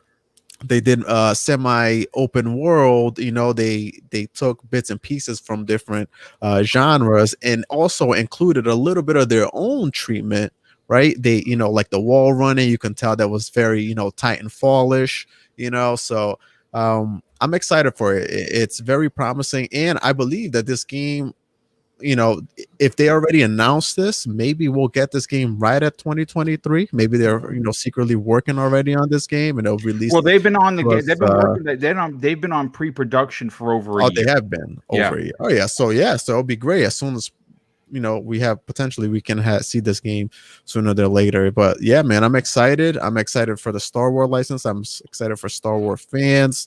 You know, we have the potential here to tell some amazing stories through games, and I hope we get one of those with Massive. Yeah, and I think we're going to, no doubt about it. I know there are a couple of people in the chat that I've never seen here before, but I want to say welcome with open arms. And they're asking about, did we talk about the Microsoft acquisitions? That is the next topic after the Star Wars topic. We are going to be able to get to that one. So let's get to Forte. Now, Forte, he's another huge fan of Star Wars. I think he has 78 different lightsabers. Oh, not that many. No, I'm exaggerating. But you do have a lot of. Quite 75. A few. You are a few. Let's just say that you are definitely one of the bigger fans. You have talked openly about how you enjoyed Jedi Fallen Order. I think that the conversation of EA having this license lockdown has been one of annoyance in your talks before. What are your personal thoughts of the shackles, like Everborn said, being now removed from the Star Wars IP, and now we're going to get to see other development houses with really incredible talent get a shot at telling their canon Star Wars tale? Yeah, I'm very excited. I think this was more about output than it was just taking it away from EA, because I think EA is one of those publishers that had a lot of studios that they could fall back to make games, and they closed a few of them. And the thing is, they wanted to have a Star Wars game pretty much every year. This is basically going to be their way of saying there's always something going on in Star Wars in video games, because we're just going to spread it across all of these different developers, which is the first thing they should have did the first time around. Now we can finally get those, like we were talking probably like early last year, Boom, when we first started this show, or year before last, we were talking about, you know, what if we got a Naughty Dog type, you know, Star Wars game, and we was like, yo, what would that be like, you know? And now that it's a possibility, so I'm very excited. Massive, I think, was a great choice if you're going to do it under Ubisoft, because they do have the pedigree of at least building an open world style game. Now, when it comes to the whole, do I want it to be online massive looter or anything like that, oh man, so I don't know if I want that. I mean, I'll take it if that's what it happens to be, because I know they're actually pretty good at it. But overall, I want a wide open action adventure RPG that I know that I think they can make. Every game doesn't have to be Destiny. It doesn't have to be Division. It doesn't have to be those type of games. I understand that's kind of where a lot of people kind of lay their head at. And I mean, I'll share one thing. If you look at this screen that I just put up, it's very, very silly to look at those numbers. But that is time, and I don't need another game like this. And this is probably me. Now, this is time wasted on Destiny. This is the official website you go to know how much you have actually played this game that Bungie has created in 2015. What site is that? Time wasted on Destiny. Oh, time waste. Oh, that's actually the URL. Okay, wow. That's the actual URL. And if you read that thing that I just covered, it says include time spent on deleted characters. Time spent in orbit or social spaces is not tracked. So the number is actually higher than that, because I have fallen asleep a lot of times in orbit inside of Destiny. But the fact that I put 80 hours into a game like that, for my sanity, and like I said, this is just me, I don't need another game like that. I don't. But if it's Star Wars, it would be such a great thing. As much as I would hate to say that it would be the bane of my existence and another generation would go into the hole because all I would do is play that game.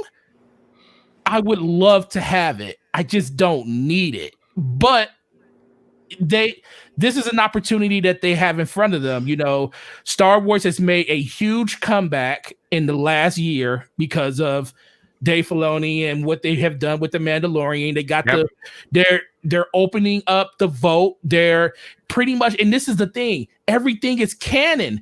Anything that we get from these studios gets written as part of the lore of Star Wars. Yes. Everything back from Jedi Fallen Order with Kestis. I mean, when's the last time you ever thought you would hear an EA game be spoken of as part of canon when it comes to everything that's going on in the Star Wars universe? So this just opens up this honestly puts pressure on developers because, we got to bring our A game, because it's not going to just be, people looking at it in a gaming sphere. People in pop culture are going to be talking about this type of stuff. Like, how did this character become? Well, you need to go play the game to find out. People still to this day don't know how General Grievous got his cough. Well, if you didn't watch Clone Wars, you kind of missed out. That's how he got his cough in episode 3. If you missed it, go check it out. You'll find out exactly how it happened. But this is another great move by Disney. I have been very critical of how they treated Star Wars over the course of the last 3 movies. Mm-hmm. And I'll give them credit where credit is due. Opening this up to as many developers as they can, and this just being the first of many that we talked about, especially with what's going on with the next topic we're going to talk about that that Bethesda is going to be working on. I think they're finally coming around to the point that we want to give gamers what they want. And when it comes to a Star Wars game, I think this is like the next best thing. All I hope is that Massa takes care of it just like they do their own IPs, because this is something sacred that everybody doesn't get a chance to work on. And I'm super excited to see what they come up with when they finally do release it. Yep. And I agree. And I honestly, right there with you, I cannot wait to see what they bring to the table. Let's bring in the other Star Wars nut, if you will, of the panel. Mag, let's go to you. Yes, you are a big Star Wars fan. The biggest. Listen, there's no doubt about it. You appreciate what they have done and what they haven't done in the last couple of years. And obviously, when you talk about Star Wars right now, currently, Dave Filoni comes to mind. Obviously, the Filoni-verse we're going to be getting. Jon Favreau, those two men. I was just about to say Jon Favreau. Yeah, those two men, without a doubt, saved Star Wars. There's just no doubt about it. And again, whether you like Kathleen Kennedy or not, she just wasn't it, if you will. And I like these two gentlemen in charge, making Star Wars, making quote unquote Star Wars great again. For you, hearing that EA no longer has control of the destiny, if you will, of Star Wars. And now we're going to start seeing, and again, this is not the only announcement. Massive is not going to be the last. It was just the first. Mm-hmm. How excited are you to be a Star Wars fan, but more importantly, a Star Wars fan who has a love for gaming? Well, the thing is, I'm actually really excited for Ubisoft to take a crack at it. And the reason why is because I'm a huge Ubisoft fan. Yes. And I love all their games. The only ones that I'm a little bit on the fence with are the Ghost Recon games, the 2 newer ones. I'm going to go with Mo on that one. Say the older ones, the more military style ones with a streamlined story and everything else. I thought those were much, much better. However, back to the subject at hand here. Star Wars is something that's very special for me, just like it was for you, Boom. I mean, we were in the 70s. I got to see Empire Strikes Back in the movie theater. This is like, 25 years, 30 years before half the chat was even born. Right? Yeah. Yes. You know what I mean? So we were there from the beginning. So now the thing is, I want to tackle this from many angles here. The one angle I want to take first is that Mo said it earlier, the story. And that struck a chord with me. And the reason why it struck a chord with me is because one thing that is central in Star Wars, and this is the point that a lot of people, especially casual people, miss about Star Wars. It's not about the pew-pews. It's not about the blowing up and all this other stuff and things exploding and spaceships flying around. It's not. It's the story. The heart of Star Wars has always been about the story. All the lightsabers and all the other stuff, yeah, that's great. It's cool. It's awesome. But nothing gives you goosebumps than when you see the moments where, you know, Luke finally snaps at the end of Return of the Jedi and starts attacking Vader, and the music swells and he's taking his father down and all this other stuff. Like, those are, you know what I mean? It's all about the story. So the thing is, the only thing that concerns me a little bit, and I love Division 1, I love Division 2. However, there's stories, even the first one, they were pretty lackluster, or at least they were fairly light on the story. I know the second one, they tried to ramp it up a little bit more with some more cutscenes and things like that. Okay, that's fine. But you know what the object of that game is. The object of the game is not really the story. It's level up your stuff, level up your gear, get better gear, get better weapons, get better armor, etc., etc., etc. So they're going to have to weave a tale in between all this. Mm-hmm. At the same time, they're going to have to juggle the fact that they cannot use legacy characters. And I'm not saying they can't. I'm saying that they shouldn't. Maybe I should rephrase that. They shouldn't use legacy characters because it's going to become too distracting. I hope it's a whole new part of the galaxy. That's what I'm saying. So maybe you see how the Mandalorian tackled many different aliens that we have seen in other movies, in the actual Star Wars, like in the Skywalker saga, for example, in season 2 of Mandalorian. How many times did they run into all these alien species that you saw for half a second in episode 4 in the cantina when the camera swung? Yes. And you're like, hey, isn't that the octopus guy from episode 4? I never said a word. Hey, Matt, can I add something about the Mandalorian? 5 seconds, I promise. So, as much as I love that season finale, I almost wish, for the same reason, that they didn't do what they did. It was amazing. I loved it. I jumped out of my seat, but I'm like, I felt like we were going in this whole new direction, right? And then they pull you right back in to the Skywalker saga. But the thing is that they, at the end of the day, son of a bitch. I get you. But at the end of the day, and this is going to tie into the Ubisoft game here, is that at some point, you will have to cross paths with the Skywalkers. Why? Because Luke's father was second in charge of the entire galaxy. So, of course, everybody knew who a Skywalker was at some point. And the Emperor was right there. And the Emperor is tied into Skywalker. Skywalker was essentially the one of a handful of Jedi that took down the entire Empire. So I see how, like, the Skywalker story would absolutely touch every single person in the galaxy, right? But do we have to meet them? We don't have to. No, we don't have to. But their influence can be there, or maybe just even in thought or a passing word or something. That's fine. But yes, this game needs to go off the beaten path, just like how The Mandalorian started with season 1. And it was just doing side things with an homage or tips to the cap to the Star Wars universe. That's the way that you treat it. And at the same time, it does not become distracting like the Avengers. And that's another thing I want to bring up. The Avengers game. I'm talking about the game. Okay, all right. Yeah. Everybody chill out for a second here. Chat, relax yourselves. I'm talking about the Avengers game. What was it, like 6 days? Okay, and then all of a sudden it dropped like 90%. The player drop off was like 91% or something. I'm just exaggerating 6 days. It was significant. It was very quick, very fast. But why? There were so many reasons. But this is a trapping that could happen if you mishandle the game. So you could have an Avengers on your hand, and I think that Ubisoft knows this, and they have to be very careful not to fall into those trappings, because all of a sudden you'll be like, all right, people are going to play for Star Wars, and then all of a sudden, a week later, they're bored to death. They spend $80 on the game, and then they're going to be upset that they did, and then they're not going to go back to it, and then there's going to be no player engagement. They have to be careful of that. They have to juggle the microtransaction situation, even though it's not really, in fashion right now to bitch about it, but it's still there.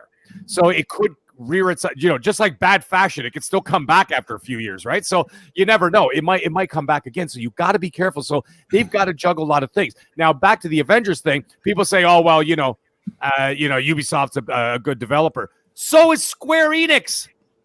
And not Square Enix, but Eidos Montreal. They're a great developer. They made the Tomb Raider series. I love that new trilogy.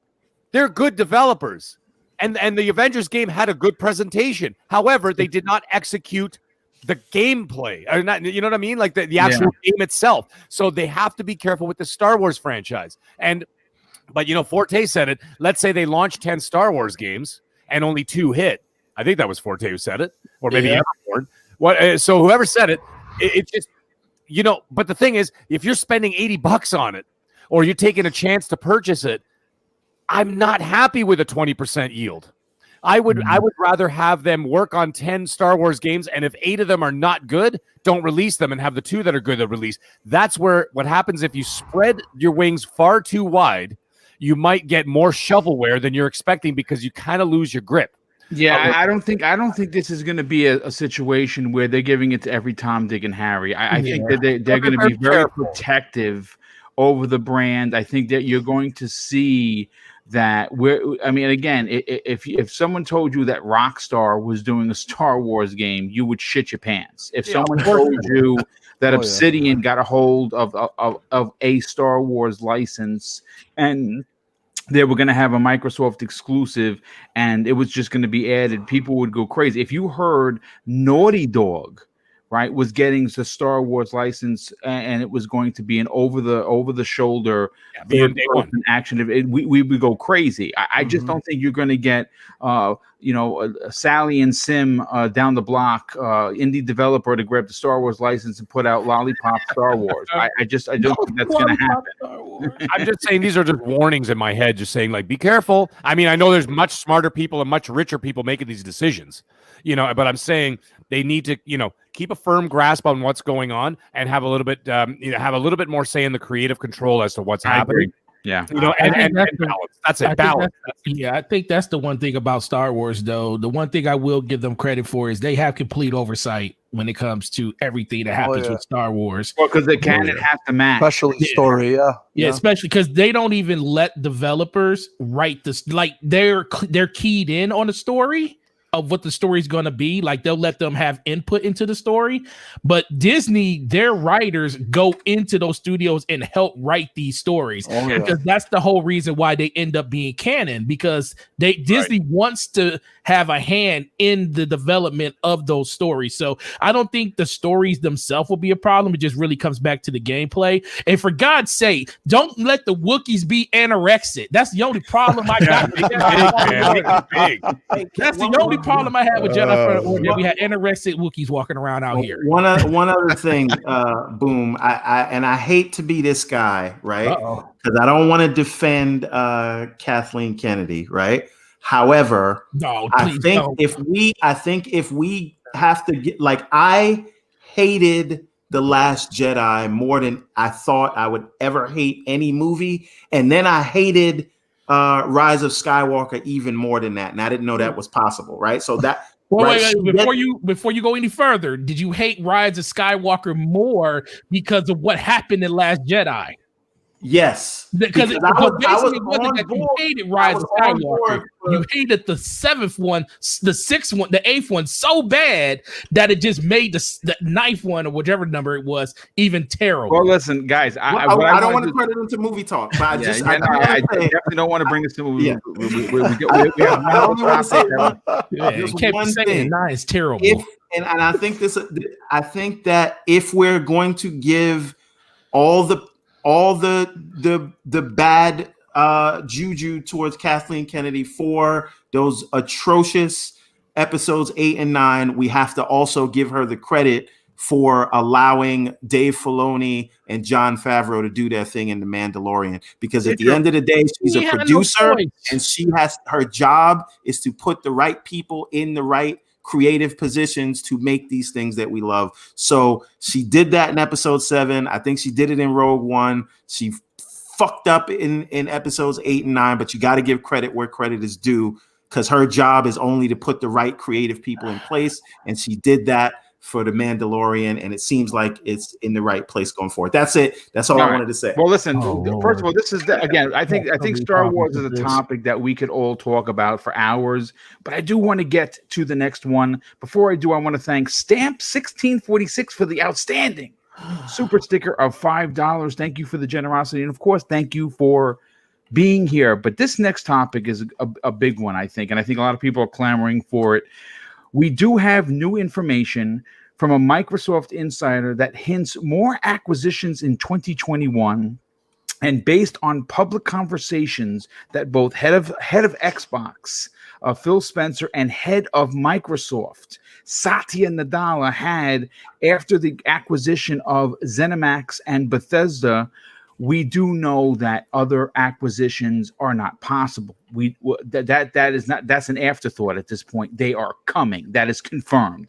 The question is when and who. Now, as we've talked about on the Xbox Factor many, many times, and on this very show in the past, the running rumor discussed by numerous Xbox insiders, and one of which that I have a personal connection with, have said that Phil Spencer wants at least 30 first-party developers to be a part of Xbox Game Studios before they are done acquiring talent to make certain that the Xbox is the best place to play. Now, while this doesn't necessarily mean that Microsoft is purchasing even more development studios, it does suggest that they could be adding talent to XGS, and in the form of both small and big developers. Now, some of the ones that jump off the page for me personally are Asobo Studios, who have made A Plague's Tale.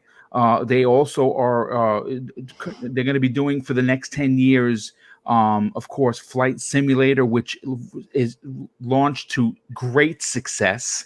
And that's coming to the Xbox platform, the home console version in the summer. You have Techland, that's still on the potential buying block. Bloober Team, which is releasing The Medium on the 28th of this month. People Can Fly, and of course, this is always a possibility and has not been in the conversation for a while, is Remedy. All of which who are currently making games or have in the past made games for exclusively for the Xbox brand. Now, Brad Sams, who has nearly a decade of writing and publishing experience under his belt and currently writes for Therat.com, had this to say on his official Twitter account regarding the subject matter of Microsoft buying more studios. He says this: there is a lot of money flowing around gaming companies right now. Several getting multiple bids. Not sure when or if any of these will close, but gaming IP valuations are starting to soar. Okay, so Mo, look, if there's one thing we know, Microsoft has, or at least Phil Spencer had put into plan when he was promoted in late 2017, that he knew and he needed to fix the first party problem at Microsoft. There was one then, there is no longer now. 23 studios in total, including the Bethesda deal, which will be signed at the end of February, for a total of 35 plus teams making games for the next generation consoles. For you, with Brad Sams going out there and publicly saying that he not only has good information that these acquisitions are coming, they could be coming sooner, and a lot of these companies are starting to get bids, not from Sony, not from Nintendo. They're getting bids from Amazon and Apple and Google and, of course, Microsoft. And Microsoft, with Game Pass being their biggest ticket for next generation and probably the next 10 years, wants to add these big studios to produce games for this service. For you, how likely is it in 2021 do we see Microsoft buy new talent?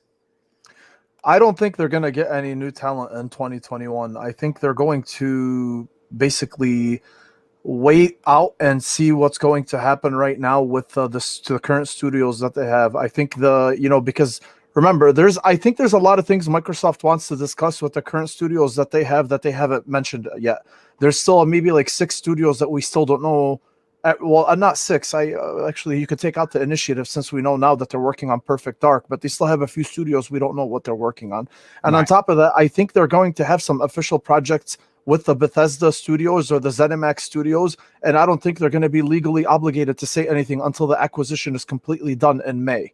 So I think there's going to be a lot of things that are going to come into fruition from their studios, because a lot of people, and me personally, I do feel that that way as well, is the acquisitions have been fantastic so far, because it really shows you how serious they are about taking that next step, right?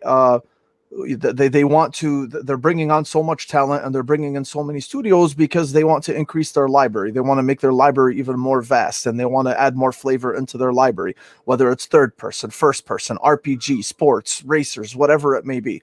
And this is a good way for them to keep them all under the same umbrella and on the same ecosystem. But at the same time, I think there also has to be a point where we kind of start getting over, like, how long ago was the Ninja Theory acquisition? A couple years? That was 2018, E3 Yeah. 2018. Yeah. E3 20, yeah. So let's just say right now we're in 2021, so we're approaching the 3-year mark. We haven't really seen anything from Ninja Theory outside of a Hellblade trailer and the side project that they have, Project Mara, which they actually released another little mini update on it today. So I think this year they're going to have to, I think they know that this year they're going to have to basically take the cover off of some of the projects that we've been waiting for, or at least just give more updates as to what it is that they've been working on. I think it's nice to keep adding studios and whatnot, but at the same time, there are also people who would like to see what your current 23 studios, which is incredible, right? What do they have right now? You know, we're all happy. Everybody's ecstatic about all of the moves that they made and all the possibilities that they're going to come with. But at the same time, we also want to see what it is what it is that they're working on. Is it too early? Maybe. You know, maybe we'll get lucky this year and we'll actually have some type of development update from some of the other studios that they have. But for Asobo, for instance, after a Plague Tale and a Flight Simulator, I think it would make sense, you know, to acquire them. Remedy, I'm not so sure, because despite how good Remedy is and how cozy of a relationship they have with Microsoft, I think if Microsoft wanted to buy Remedy, they would have either bought them after Alan Wake or Quantum Break, and they haven't. Yeah, and there's a reason why they haven't, right? Who knows? Maybe it's definitely not financial, because we know that their pockets are endless. It could possibly be creative differences. It could be we don't know, right? It could be Sam Lake just saying like, hey, I don't want anybody coming in here and telling me how I'm going to write my stories, blah, blah, blah. Or just because of the fact that Remedy is just one of those studios that always puts out new IPs, but they're never supported. This is the one shitty thing that I fucking hate about the gaming community with studios like Remedy, because they always try to come out with new IPs, and they do come out with new IPs. And everybody's always talking about originality, original stories, original whatever it may be. And anytime Remedy does something good, they're not really rewarded for it. I don't know what it is, because their games are generally well received. So I think from a financial perspective, maybe that's why. Remember, there was also rumors that Sony was going to buy Remedy after they got cozy with Control, and they didn't. They backed off. Why? Who knows? So I like the fact that they're going to keep expanding, and I think they will. I think after this year, and after they show after they take the cover off some of the other projects that are in store, and then on top of that, let's not lie to each other. No matter what they do, at the end of the day, Halo Infinite is their golden egg this year. Yes, right? 100%. Yeah. Everything is leading up to Halo Infinite, because as successful as they've been right now with the release of the new with the new consoles and all the goodwill that they've had, that really is going to be, this is what most Xbox fans, I would assume, are waiting for at the end of the year. You know, I think with Halo Infinite coming out, I think that also opens up the doors. Once like that, the sweat is wiped off the brow, in a sense, I think that's going to usher in more of these acquisitions that you're speaking of. But I think this year they're definitely going to double down at least on what it is that they have in store for now. But I that's just what I think. I mean, I don't know. I mean, listen, you bring up a lot of points. There's no doubt. I don't think we're going to get any acquisition talk until this one deal that they're working on is done. When the ink is dry, then I think we're going to start seeing. And again, you don't know behind the scenes that there could have been handshake deals made, and they're just not willing and ready to talk about these deals. And like you said, Asobo, I think is a no-brainer, to be honest with you. And again, I don't know if Remedy would want to join, but we've also heard that Bungie was in talks to join XGS, and that somehow really got quiet. So we don't know if that's something that they're going to be, doing again, or they're going to remain independent. I don't know, but all I know is that when you heard Phil Spencer and Everborn, I want to bring you in the conversation on this. When you heard Phil Spencer, and some people consider taking a shot, I don't. They asked him a question and he responded, I think, in kind. When he said that we look at Nintendo and PlayStation as not being a threat to us, not our competitor currently. It's Apple, it's Amazon, right? It's Google, it's people like Tencent, it's companies like Tencent that are buying up everything. Microsoft's plan to keep Xbox Game Pass, the greatest thing since sliced bread, needs content. And obviously we did hear last week that Jez Corden reported that Microsoft has made offers to every third-party developer, and now we're hearing more rumor talk about them acquiring more studios to do what? To bring games to Xbox Game Pass. For you, how likely do you think it is Microsoft will add additional studios to the growing list of 23 developers?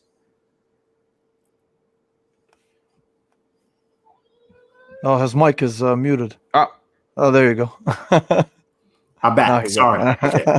So a few things. I just want to touch on Mo's point about Remedy really quick, and then we'll get to that. So I do think Remedy would be a very good fit for Microsoft's current model with Game Pass, because I think that these games don't get support. Like, we don't support them because we don't buy those games, but them being in Game Pass day one changes that entire conversation, right? They can put out third-person, over-the-shoulder, narrative, story-driven games like nobody's business, and they've been doing it for years. And that is, with all their acquisitions, Microsoft is still light on those third person. Yes, absolutely. I love it that they have the possibility to be the king of Western RPGs and the king of shooters. But it's until and this sucks, because we as a community seem to only acknowledge these third person story driven single player games as what we consider AAA bangers. We don't look at any other thing. It's like, unless you're making a Sony kind of game, then you're not making a AAA game. But I don't want to go on that tangent. My point is, I think Remedy does fill that hole, and I think they would be a good fit at Microsoft for what they do. The relationship is good. They have a track record of putting out original IPs and creating them and moving them forward. And I think Game Pass will be the thing that gets them the adoption that they need and engagement that they need. So that's the thing for Remedy. Now, for this year, I think if they acquire anyone, it will be a smaller studio. You're not going to hear about a Capcom acquisition or a Bungie acquisition or anything like that. Maybe you'll hear about something like an Asobo or something like that. But I think right now is the time for Microsoft to say, hey, you 23 motherfuckers, we need you to release some games. Yes, yeah, right? we need a product. Like, yes. At some point, like, I love the acquisition talk, and my pick is Capcom, and I don't think that happens this year. Whew. Not saying I think it's going to happen. I'm saying that is the best fit. The young gamer in me, whose first console was the Sega Genesis, wants it to be Sega, but I don't think that makes good financial sense. Sega as a business is so diversified. I don't know that Microsoft wants to be in all those other businesses that Sega's in. And how many actual development studios does Sega have? They have a lot of IPs, but who remembers those IPs except us old men? Yeah. Right. Any one of their IPs would have to be basically worked on from the ground up, and you'll just get a little bit of buzz because, like, oh, hey, they're doing Alter Beast. What's Altered Beast, right? No one's gonna remember that, and I don't think it will be worth whatever they have to pay. Yeah. No, I think if anybody sells you if they want Sega, it's mostly because they want Atlas. Right, but Yeah, I mean, yeah. is Atlas worth what they're gonna have to pay to get Sega? Gosh, Atlas is a big one. Atlas is big, man. That's the big one. Like if you big, get man. Atlas, you pretty much take away The JRPG crown. JRPG away from PlayStation at that point. Okay, Yeah. but let me ask you a question. Do you take Sega over Capcom? No, No. absolutely No, not, so- dude.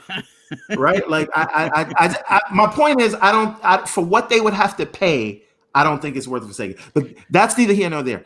I think right now the focus needs to be on quality control and delivery. Yes, I Right? like the way you guys are This talking. is where we need to be at. Forget about, I love to talk, but forget about all this new acquisitions. We need something.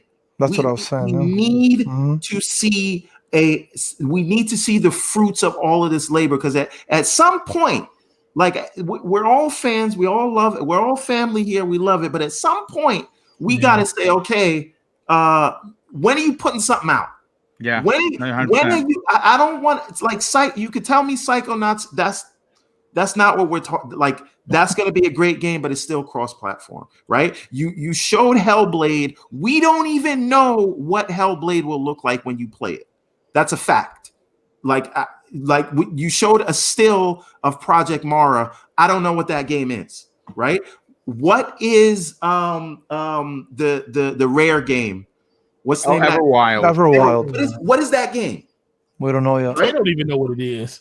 They don't even know what it is. So the point is, before we get high on what I want it to be Capcom, right? But before we get high on whatever other studios there are, how about Phil? You got to start knocking on some doors and say, hey, you guys need to put something out. You need to show something. We have Game Pass. You can release demos. They just sold us a $9 demo with Infinite, that hot garbage.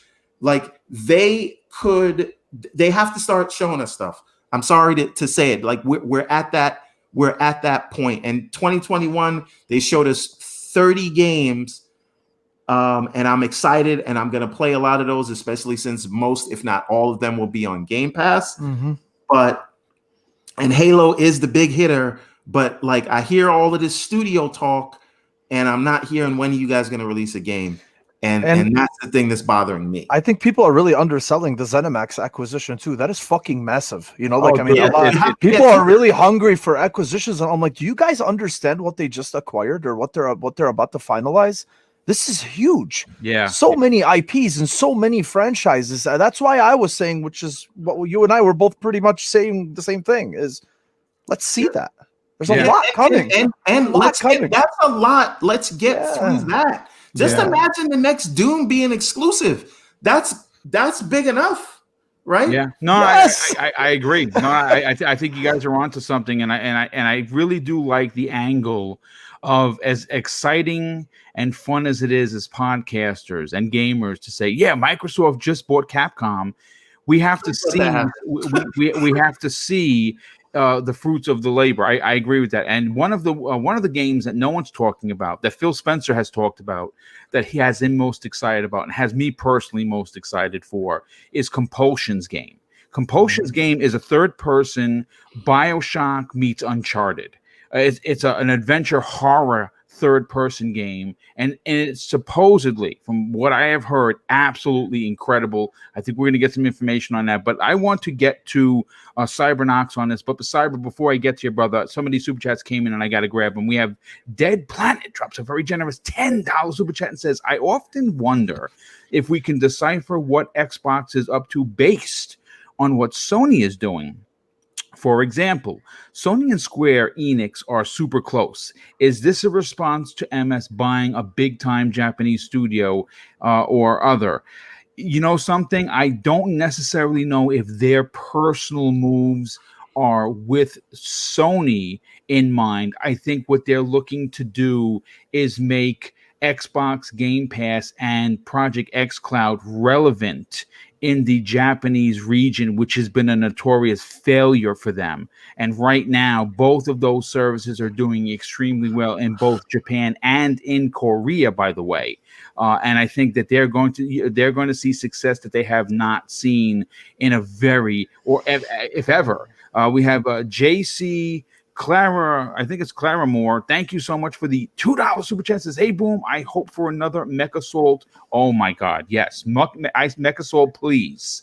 Not Mech Warrior, Mech Assault, like the top-down OG Xbox one. We have Gene Mark Lewis with the outstanding $2 super chat and says, Ninja Gaiden creator. Yes, Itagaki has been in the news. We're going to be talking about him on Thursday's Xbox Factor podcast. And yes, he does have a new studio that's not Valhalla Studio that he originally created and left and is only on the board. He created a new studio, and he has said publicly during a Bloomberg interview that he does in fact want to work with Microsoft and would even consider being acquired by Microsoft. And I say, yes, give him a bag of money. Let him go reinvent the wheel with an action that Microsoft's own Ninja Gaiden type of game, and let him go crazy. I think he still has talent, and I would love to see what his current team could do. Lord Roughness with the outstanding $5 super chat says Microsoft can't take their foot off the gas right now. They must keep purchasing studios for Game Pass and be as aggressive as Netflix is and was. That's a great point. But hey, Cyber, sorry, I just want to touch on that point. Lord Roughness is correct. Because at the end of the day, if this becomes an arms race, and that's what it's going to be, yeah, like they can't, but they're going to have to walk and chew gum at the same time. I agree. Yes, they can't take their foot off the gas. Yes, keep making the conversation you have to have. But from a business standpoint, all these studios know that, and they're probably overvaluing themselves because of these conversations right here. So they could walk into a studio and they're like, I want $6 billion. They're like, well, hold on, Remedy. your market cap right now is only 347, whatever it is, right? Million. So that's I think is part of the problem too, is that everybody's looking. So they have to look, but they have to be smart about it. And it has to be a studio that is going to be able to deliver what they need in Game Pass. So I think they got to figure out what they have right now and what they need, and at the same time continue to have those conversations. But let's not think about 2021 acquisitions. Have those conversations in the background, but build up what Xbox Game Studios means, actually deliver on the promise, and become the king of Western RPGs, become the king of shooters. And then we know, and then you can have studios sharing information and technologies and all those things. When you bring new people into the fold, they have to. That's another big part of it. It's not just buying studios. You have to build the synergy between those studios so that you begin to fire on all cylinders. The things that we are so excited about, those have to come to fruition at some point. No, and you're 100% right. So Cyber, let's get to your opinion on the acquisitions. Do you agree with the panel so far that they need to, I guess, balance acquisitions versus content coming out? Look, I'm going to be honest with you. We're going to be talking about this in some big ways tomorrow on the Xbox 101. We're going to break down all 30 games just announced for 2021 and the 2 potential games coming that are big AAA bombs that Jez Cord knows about and we're not on this list. One of which I think we'll talk about that in like deep detail tomorrow. For you, does Microsoft need to continue, like this gentleman said, keep the foot on the gas?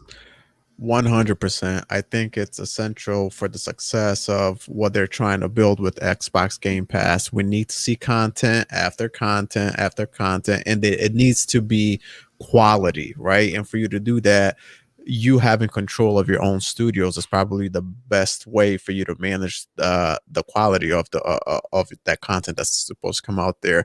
One thing that I was going to mention too that Everborn just touched on is I think getting all these studios together, Microsoft needs to look at something that they don't have, something that they need, or what type of not tech, or what a studio is good at, because now what we're gonna have is all these studios collaborating with each other, right? Sharing resources, sharing information, and that's just gonna lead to better games, better quality.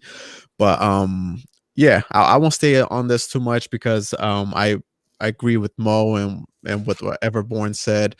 This is a time where they should keep evaluating everything that's out there. If they had the opportunity to buy a studio that will fit their vision going forward, and it's something that will contribute to their Xbox game studios, of course, 100% do it.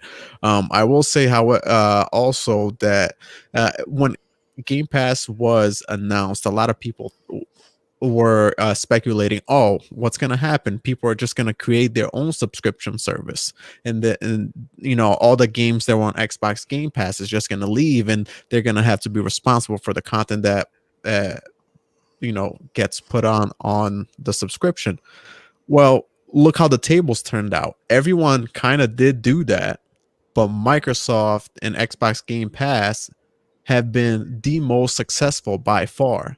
They even had gone to an extent that now other gaming services are joining Xbox Game Pass, so they can expand their and Ubisoft is the one that's going to be happening. And when we talked about I said Ubisoft like last year. I was just I was just like, Ubisoft might do it too. So I would love to see Capcom, because they have such a diverse portfolio.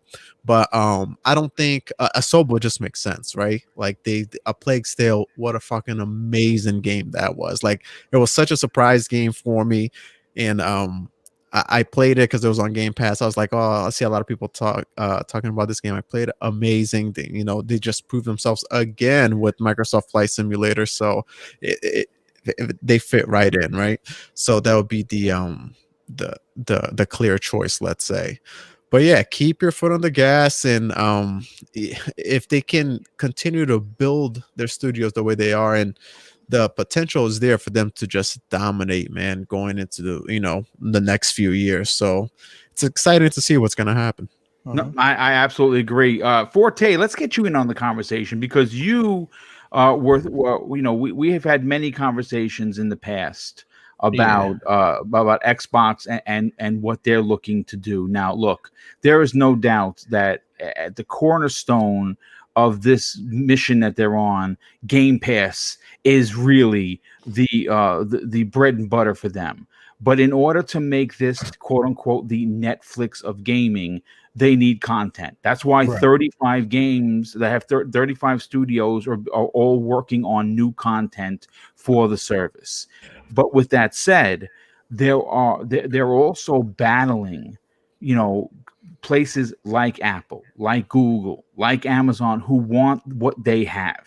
And Sony, we know, is not doing that. We also know Nintendo is not doing it. That's why those two aren't their competition. And it's not, we're not throwing shade at those two publishers / developers. We're just talking reality. For you, do you think we get additional studios added to XGS in 2021?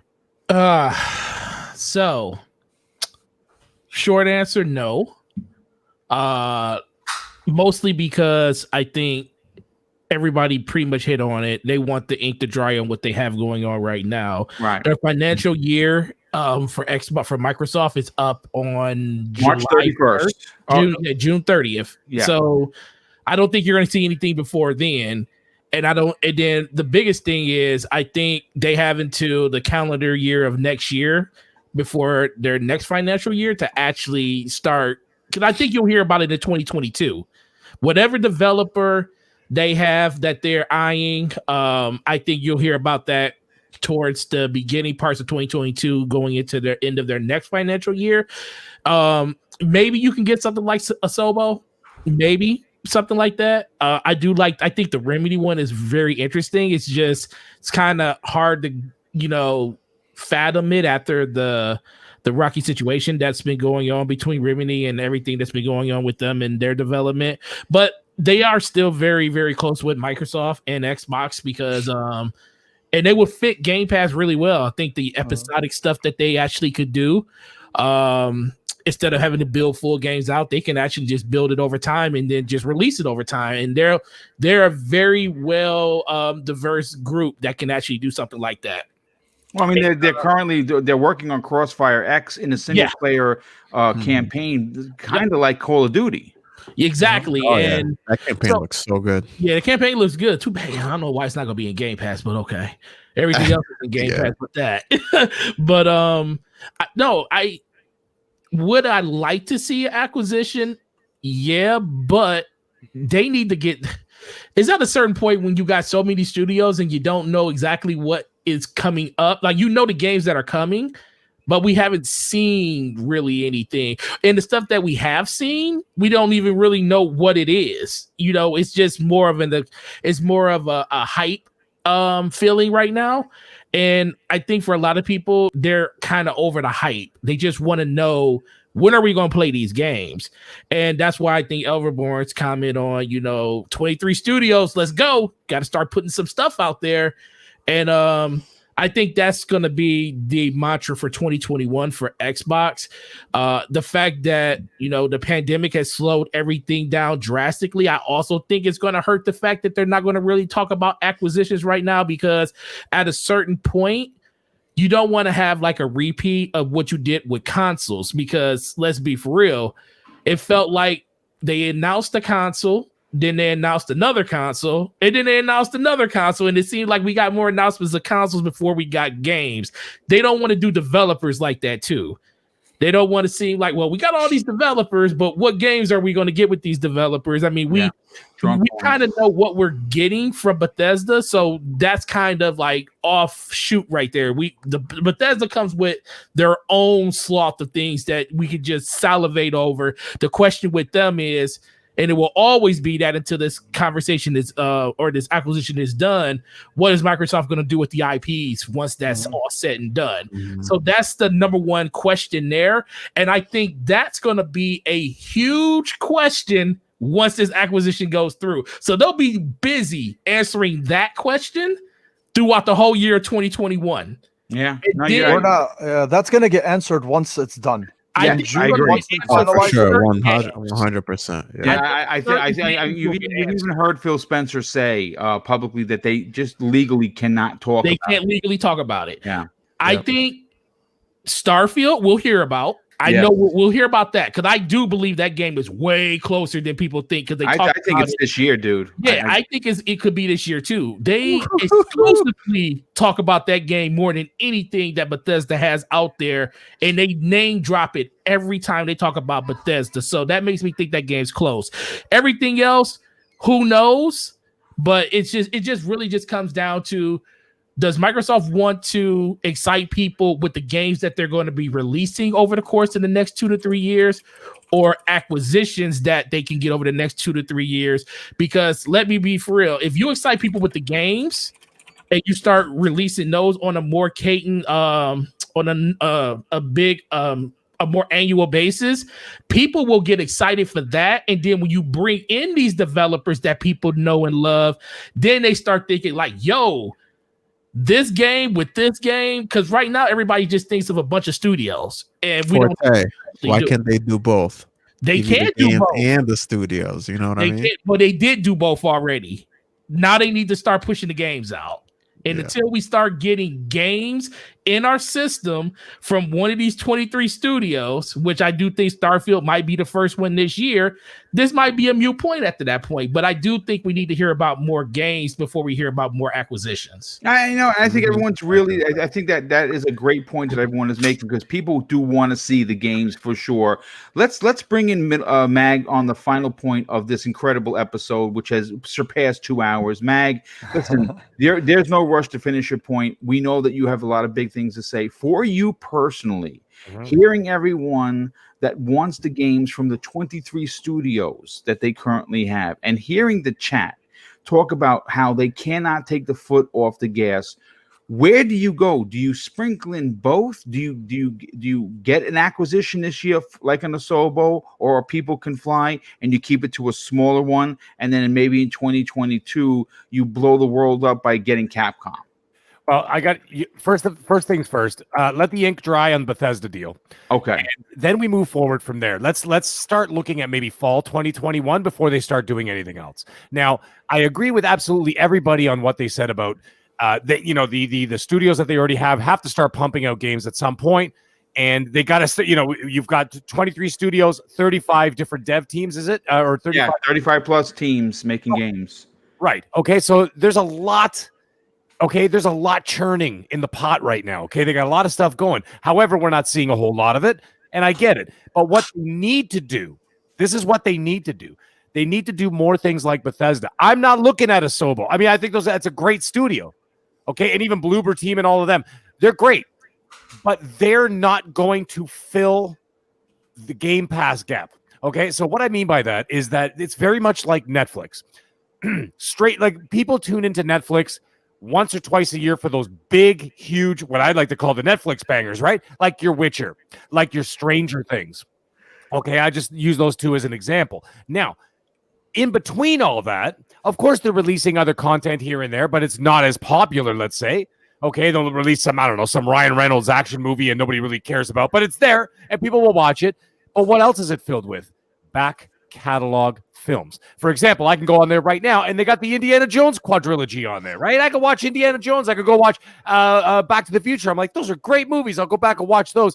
And then before you know it, the Stranger Things season 4 comes out or whatever, right? Whatever you're waiting for. This is what Microsoft needs to do with their studios. When Bethesda's ink, when the ink dries on the Bethesda deal, you take the Bethesda truck, you back it up, and you dump that whole back catalog into Game Pass. And what is that doing? For old fans, it's giving us a nice shot of that nostalgia going, holy crap, look at all the games. Because, you know, Bethesda, the amount of games that they've released is staggering. So you're going to bolster Game Pass. You're going to get old players playing those games again, or even checking out games they never got a chance to play, right? Then you get new Game Pass subscribers, or even younger gamers who never got to play some of those other games. Okay, they get a chance to get into those things, whet their appetite a little bit. While that's going on and people are somewhat distracted, that's when you drop a new game, 8 months from now or whatever else. It buys you time. That's what I'm trying to say. By dropping in a back catalog of games, their old back catalog of games, it buys you time while the studios are releasing new products. It may not be the most popular thing to do, but that is the corporate thing to do. And that's what they need to do. So, for example, I'm eyeballing people like Capcom. I know Sega's a little bit more complicated. And, of course, it's a little bit more obsolete in terms of some of those older IPs that, nobody knows about. Some 18-year-old kid doesn't know what Altered Beast is, but you know what I mean? So, but they have to look at people like Capcom, because Capcom has a huge catalog of games. They have a huge library of games. Those games, can you imagine if you get them, and what do? Capcom starts working on new IPs for Microsoft, going to take at least another 2-3 years down the road. Well, then you start releasing all the Resident Evils on Game Pass, all of them. The Dino Crisis, the whatevers, you know what I'm saying? The Street Fighters. The Street Fighters, the Onimushas, the whatever. That is enough of a distraction and a filler for Game Pass, not in a negative way filler, but a filler for Game Pass to keep the product moving, to keep the machine rolling. Yeah. That's what you got to do. So it has to be, just like you said, Boom, a balance of both. By getting a team like Asobo, it's wonderful. But as far as I can see, they got 2 games. You know what that's going to do? Great. You put those 2 games into Game Pass, and now you're still waiting 2-3 years for that studio to make another game. So guess what? Now you got the gap again. You see what I'm saying? So that's why the Bethesda deals are the only deals they need to do moving forward. And I believe Satya Nadella himself, if you actually pick apart his words 2 months ago, 3 months ago, he's hinting at exactly what I'm talking about. Yeah, he sure is. Yep. Why bother build from the ground up when I could just buy it? Because he's got the FU money. Mm-hmm. Okay? He's got that money where he could make it rain and be like, take off your clothes and dance with this pineapple. Like, he can make you do whatever you want. He can make you do the most absurd thing you want because he's got the FU money. So he can go out, and he said it. Why bother building from the ground up when I could just buy it? That's what he's eyeballing. So I think he's doing thinking the same thing. You buy your Capcom, for example, they work on something. It's going to be 3 years off, but at the same time, dump the whole catalog in. Maybe not at once. Maybe do it like once every 2 months. Dump in all the Resident Evils. Then 3 months later, dump in all of the Onimushas.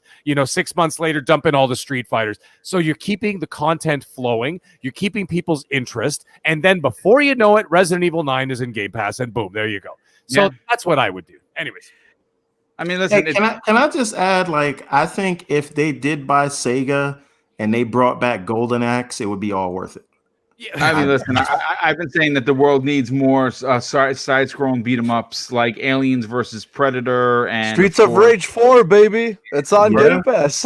Perfect example. Listen, folks, this has been one hell of a show. We had a stellar panel with two amazing guests who had a lot to say, and our regular panel for PTG completely knocked it out of the park. Before we get to the outros, let me thank a couple of people. Lord Roughness drops an additional very generous $5 super chat and says, soon as these 23 studios complete their games, there doesn't need to be a 3 to 5 year release dates. Just throw them in Game Pass and we'll play them. Indeed, and I think that's what they're going to do. We have Stamps 1646 who becomes a channel member for Double Barrel Gaming. Thank you so much for supporting the channel. We definitely appreciate it. And we have Dead Planet dropping an additional and very generous $5 super chat. Says, Phil obviously had a plan for 2021 before Halo got pushed. You can't tell me all they had planned was the medium and maybe a Forza game. Got to be more. Oh, he said it. He's very excited about 2021, and it's going to be a big year for Xbox gamers. It's going to be a big year for the industry, and it's going to be an even bigger year if you are a Game Pass subscriber. But let's get to the outros. I'm going to start with Dr. Mo. Why don't you tell everyone about your outstanding podcast, where people can check it out, and more importantly, hit you up for a conversation on social media? Absolutely, man. First, I want to thank you for bringing me on the show, man. It's been a pleasure. I appreciate it. Conversation was great. It was a pleasure meeting all of you guys. I love level-headed conversation with level-headed people. It's why we do what we do here, and it's been a privilege, honestly. It's great to have you, dude. Great, and you're getting an invite ticket. So once you're on the show, you get the golden ticket, brother. And we got to get your partner on here. We got to get Machine Gun Mike. Yeah, definitely. We'll get Mike on here as well. We have a gaming podcast called The Backlog Chronicles. You can find us on Apple, Spotify, and Podbean. It's on Twitter, the backlog_pod. We put out a show every week, sometimes pre-recorded, sometimes we go live. Just depends on really what we feel like it and how good the news was for the week. But it's not as elaborate as anything Boom puts on, I'll tell you that, guys, that much. But we get the job done. Thank you. Well, thanks so much for being here, Mo, and we're definitely going to get you back on for sure. And Everborn, why don't we get you on out of here? You have something that I'd like you to share with the class. You have something called the Everborn Saga. I believe that you're going to be launching the Kickstarter very soon, if not already. Tell everyone about what you've been up to, and more importantly, where could people reach out to you on social media? Okay, first of all, I want to thank everybody tonight, and especially you, Boom, for inviting me on. It's always a pleasure to be here. Thanks, Mo. Thanks, Mag. Thanks, Forte, Cyber, everybody. Shout out to you guys, and shout out to everybody in the chat. And everybody, please hit the like button. Now, Everborn, Ariel's Adventure. This is our first Kickstarter that we're doing. The preview page for it is up now. We are going to start the campaign on February 28th, but I want to try to get at least 100 people watching it so that you get notified day one when it goes live. So please check out the description in this video. Boom was so kind to include it. There's a very cool video there. You can see what we've been working on. It's going to be a 56-page comic. It is amazing. We worked on it for almost a year and a half, and it is done. We just want to get it over the finish line. All we're looking for is to try to get the print and shipping cost set up, but the book's done, so you don't have to worry about it.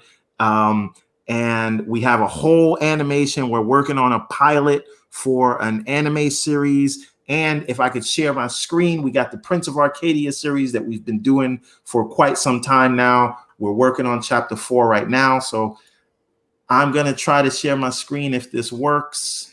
Maybe it will, maybe it won't. And I'll get you. There you go. Okay, boom. Here's some pages from chapter 4. Nice. Oh, nice, man. Very nice. So we strive for the highest quality in what we do.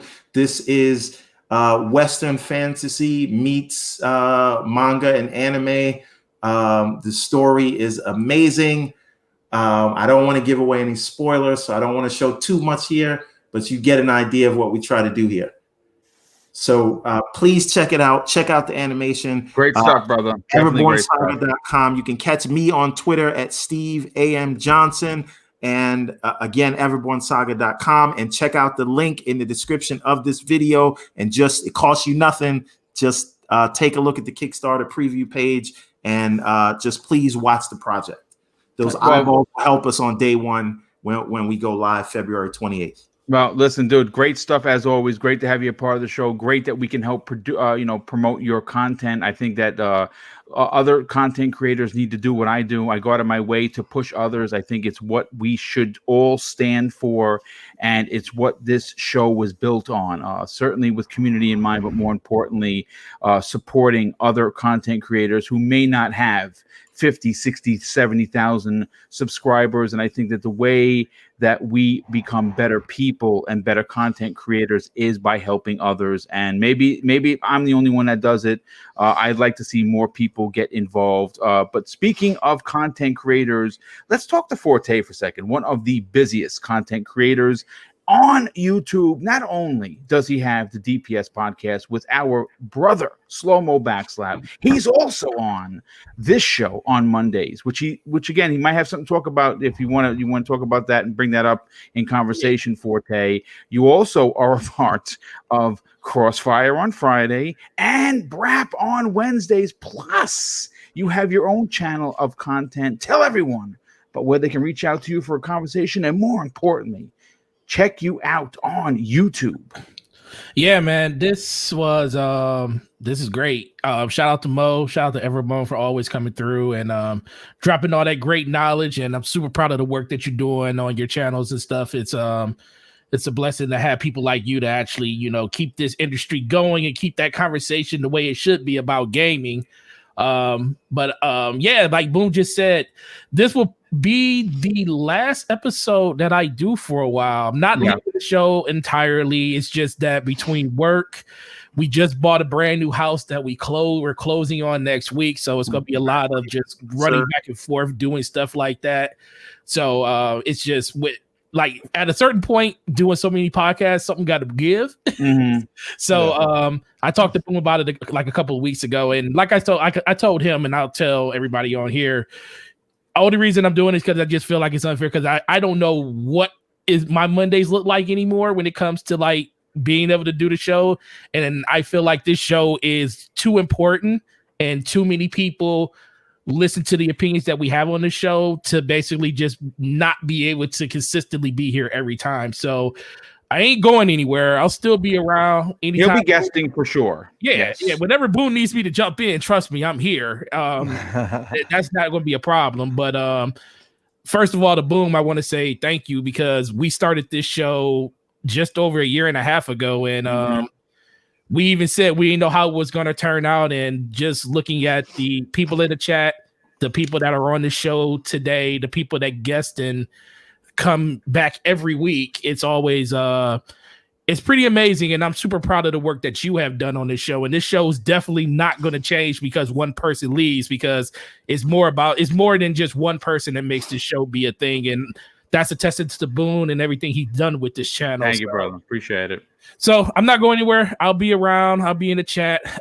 Whenever I'm free, trust him, be like, Boone, I'm jumping on. He'll be jumping on. Yeah, he'll be guest appearing whenever he's got the time. Yep. So, But other than that, it's Gaming Forte everywhere. YouTube, Twitter, Xbox Live. Check us out on the DPS podcast every Thursday, 9 p.m. with Slow-Mo Backslap.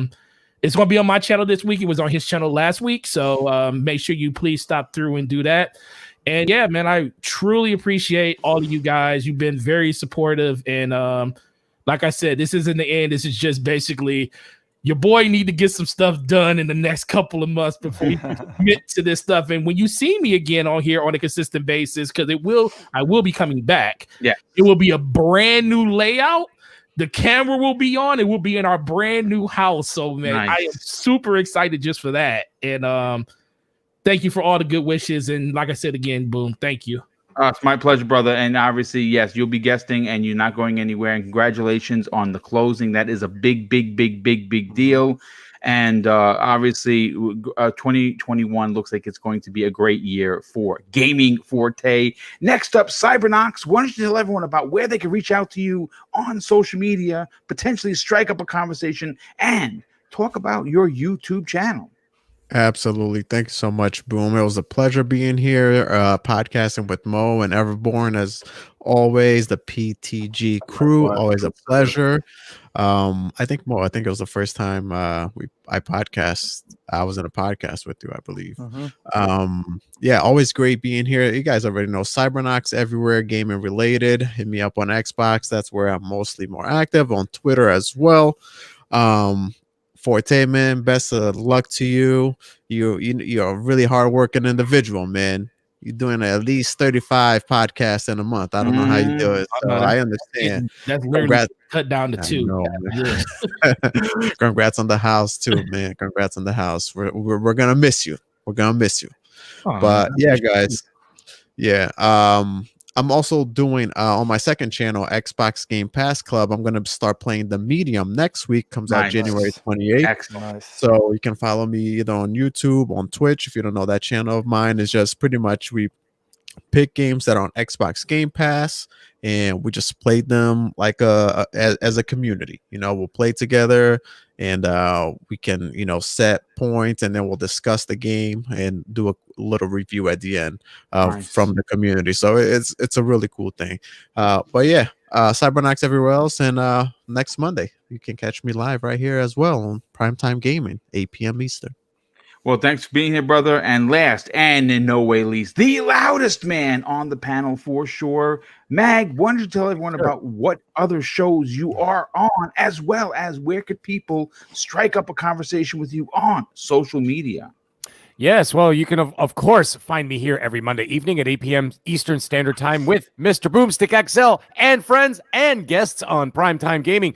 Every Tuesday night, you can find me at 10 p.m. Eastern Standard Time with, of course, my good friend Noof Nukem and Titan Drago, and on Gaming After Dark, and that's every Tuesday night, 10 p.m. Make sure your kids are in bed. You don't want them to be around for that one.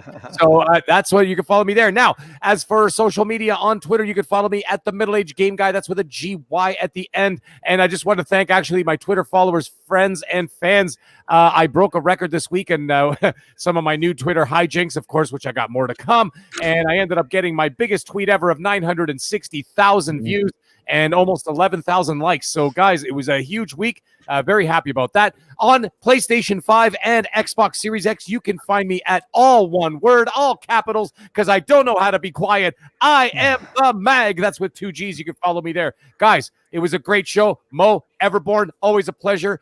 Chat, panel, you guys are all awesome. Let's have a great week, and we'll see you guys all next Monday. Have a great night. Thank you so much, brother, for that as well. And of course, I'm going to close out the show with something that it's important to me. Hopefully one day it'll be important to you. And that's something that my dad taught me. And I think now more than ever, it's a necessity more than anything. And he used to say, son, treat others how you want to be treated. And also, it doesn't cost anything to be nice. You live by those rules, and I can guarantee you're going to have an awesome day. So take care, everyone, and we'll see you next week on the newest episode of Primetime with Mr. Boomstick and Friends.